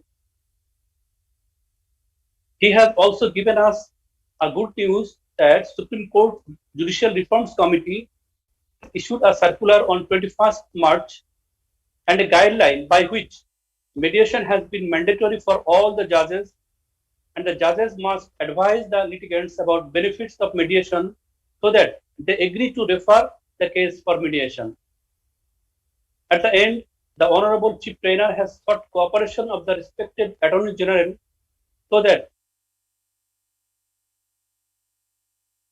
all the lawyers are involved in the mediation scheme and contribute to achieving the aspirations of the Supreme Court Judicial Reforms Committee.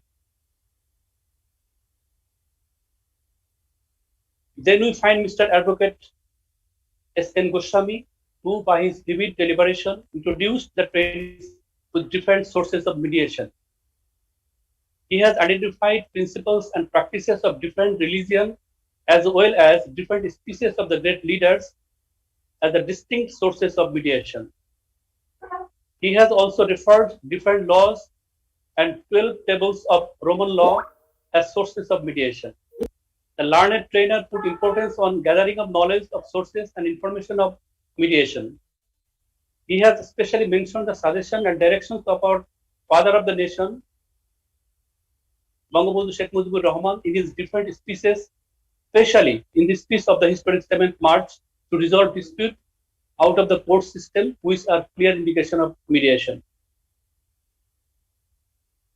Then we find Ms. Tanushri Roy, who rightly identified that due to expansion of trade and commerce among different countries, disputes nowadays in many times are becoming cross-border disputes. In her candid deliberation, she has defined mediation in a global perspective. She has defined concept of mediation in general, its application in resolution of global disputes, significance of cross-border conflicts resolution by a mediation process. She has mentioned conflicts such as matrimonial, business, child custody, political, and other disputes of similar nature. Merits and advantages of mediation in resolution of global disputes have come out from her addresses. She has given examples of some countries where mediation is being used as a useful device for dispute resolution. Ladies and gentlemen, then we find Ms. Madeline Kimi, who has introduced us with a different art of negotiation, that is getting to yes on mediation, and how to utilize the negotiation skills in order to move our party or facilitate our party towards getting to yes for mediation. She has shared a thought-provoking video clip and mentioned two important books on mediation skills. One is Getting to Yes by Roger Fisher and William Ury, and the other one is Getting Past No by William Ury. In an exhaustive manner, she has defined mediation as a flexible process conducted confidentially, in which a neutral person assists the parties in working towards a negotiated agreement. She also describes negotiation principles such as position, interest, partner, bottom line, and zone of agreement, telling that when the negotiators cannot get at least a bottom line, the parties will walk away from the deal, and if there has been no overlapping bottom line of the parties, there is no possibility of getting an agreement. The respected resource person has also described two forms of distributed bargaining process, which is also called as zero-sum game, with caution about its negative consequences. Then she has given light about the steps of positional bargaining, rights-based bargaining, and interest-based bargaining, terming them as interesting part of the mediation process. Learned resource person has underscored the important role of third-party mediator to identify the best alternative to a negotiated agreement, that is to say, partner of the disputants. Ms. Kimi emphasized the conditions of an ideal mediation and amplification of negotiation skills, but the parties come to an agreement and feel a win-win situation. In the last session, we find eminent trainer, Honorable Justice Retired Mr. Kurian Joseph, who took the session on the role of judiciary in encouraging mediation and emphasizing the need of mediation as the best tool of dispute resolution. Honorable resource person has termed the judiciary as the guardian of the rule of law and explained the role of a judge in adversarial system of trial and properly identified the areas but the judges should concentrate to implement mediation as alternative dispute resolution. Justice Joseph has put importance on mindset of the judges to try their best to bring the parties to resolve the dispute through mediation rather to send them to mediation as a routine work. His Lordship has tremendously explained why people come to the court and what their expectations before the court are. The learned resource person correctly visualized that resolution of disputes through mediation process permanently removes the enmity between the parties. He has given emphasis on the attitude of the judges and underscored the necessity of friendly environment and the steps that are to be followed by the judges while conducting mediation. Ladies and gentlemen, in this occasion, on behalf of the trainee judges, I convey my heartfelt thanks and gratitude to the honorable resource persons, especially to the honorable chief trainer, His Lordship Mr. Justice Muhammad Iman Ali, for sharing us with the valuable principles and techniques of mediation. We know mediation or alternative dispute resolution have always been there this way or the other in different parts of the world for hundreds of years. But the notion of mediation, as we call it today, has been coined and gradually started to gain popularity in the last 50 years. Mediation practices have been successfully following in specific nature and gravity of litigations around the world. Before I part with, I would like to mention that our judiciary is overburdened with ever-growing backlogs of 4 millions of cases. Due to long delay in disposal of cases, people are subjected to huge and unbearable sufferings. Traditional adversarial system of adjudication cannot meet the demands of the litigant people. If this situation continues, the people may lose their confidence to the justice system, which would not be conducive to development and flourishing democracy as contemplated by our founding father. I believe the judges here are well experienced and efficient enough to deal with the court cases. And I hope from today's valuable sessions, we have had latest ideas and approaches developed around the globe regarding mediation, and we will be able to use mediation as an infallible tool for speedy and cost-effective disposal of cases to the full satisfaction of the litigant people. With this, I conclude with hope to meet you tomorrow morning while we will be experiencing furthermore avenues of knowledge on international mediation from our valuable learned resource persons. Till then, thank you all for patient hearing. Assalamu alaikum and very good afternoon again. Joy Bangla, Joy Bangabandhu, Bangladesh, Digojibi Ho. I thank you, sir, most warmly for such a stunning deliberation. Now, I am requesting Attorney General, Sir, Mr. M. Aminuddin, Honorable Attorney General for Bangladesh, President of Bangladesh Supreme Court Bar Association, to share a few words with us. Thank you. I would like to say, in response to the deliberation of Mr. Justice, my Lord, Mr. Justice Iman Ali, that I will try to help to pursue with this program, and I will try to arrange a training program for the lawyers. Hope I will try it, and I will be able to do the same by the next month.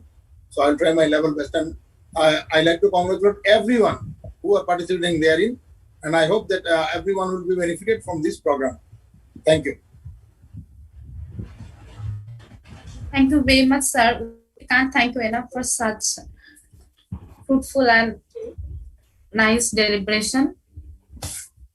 Dear participants, mediation guidelines are in the chat box. You can collect it from the chat box. For the convenience of the tomorrow's session, I would like to remind that tomorrow we'll be starting at sharp 10:30 a.m. and we will be continuing to 5:30 p.m.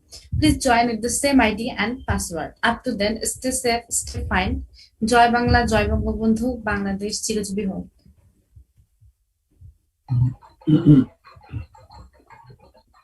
Thank you. Thank you, everyone, and thank you, Attorney General. Thank you, sir. Thank you, sir. Thank you, Attorney General, for giving the promise that you will make your best efforts to get this Singapore convention signed by Bangladesh. And I hope my Lord Mr. Seeman Ali will help me in doing so. He's all for it. Yes, thank you. Very good evening.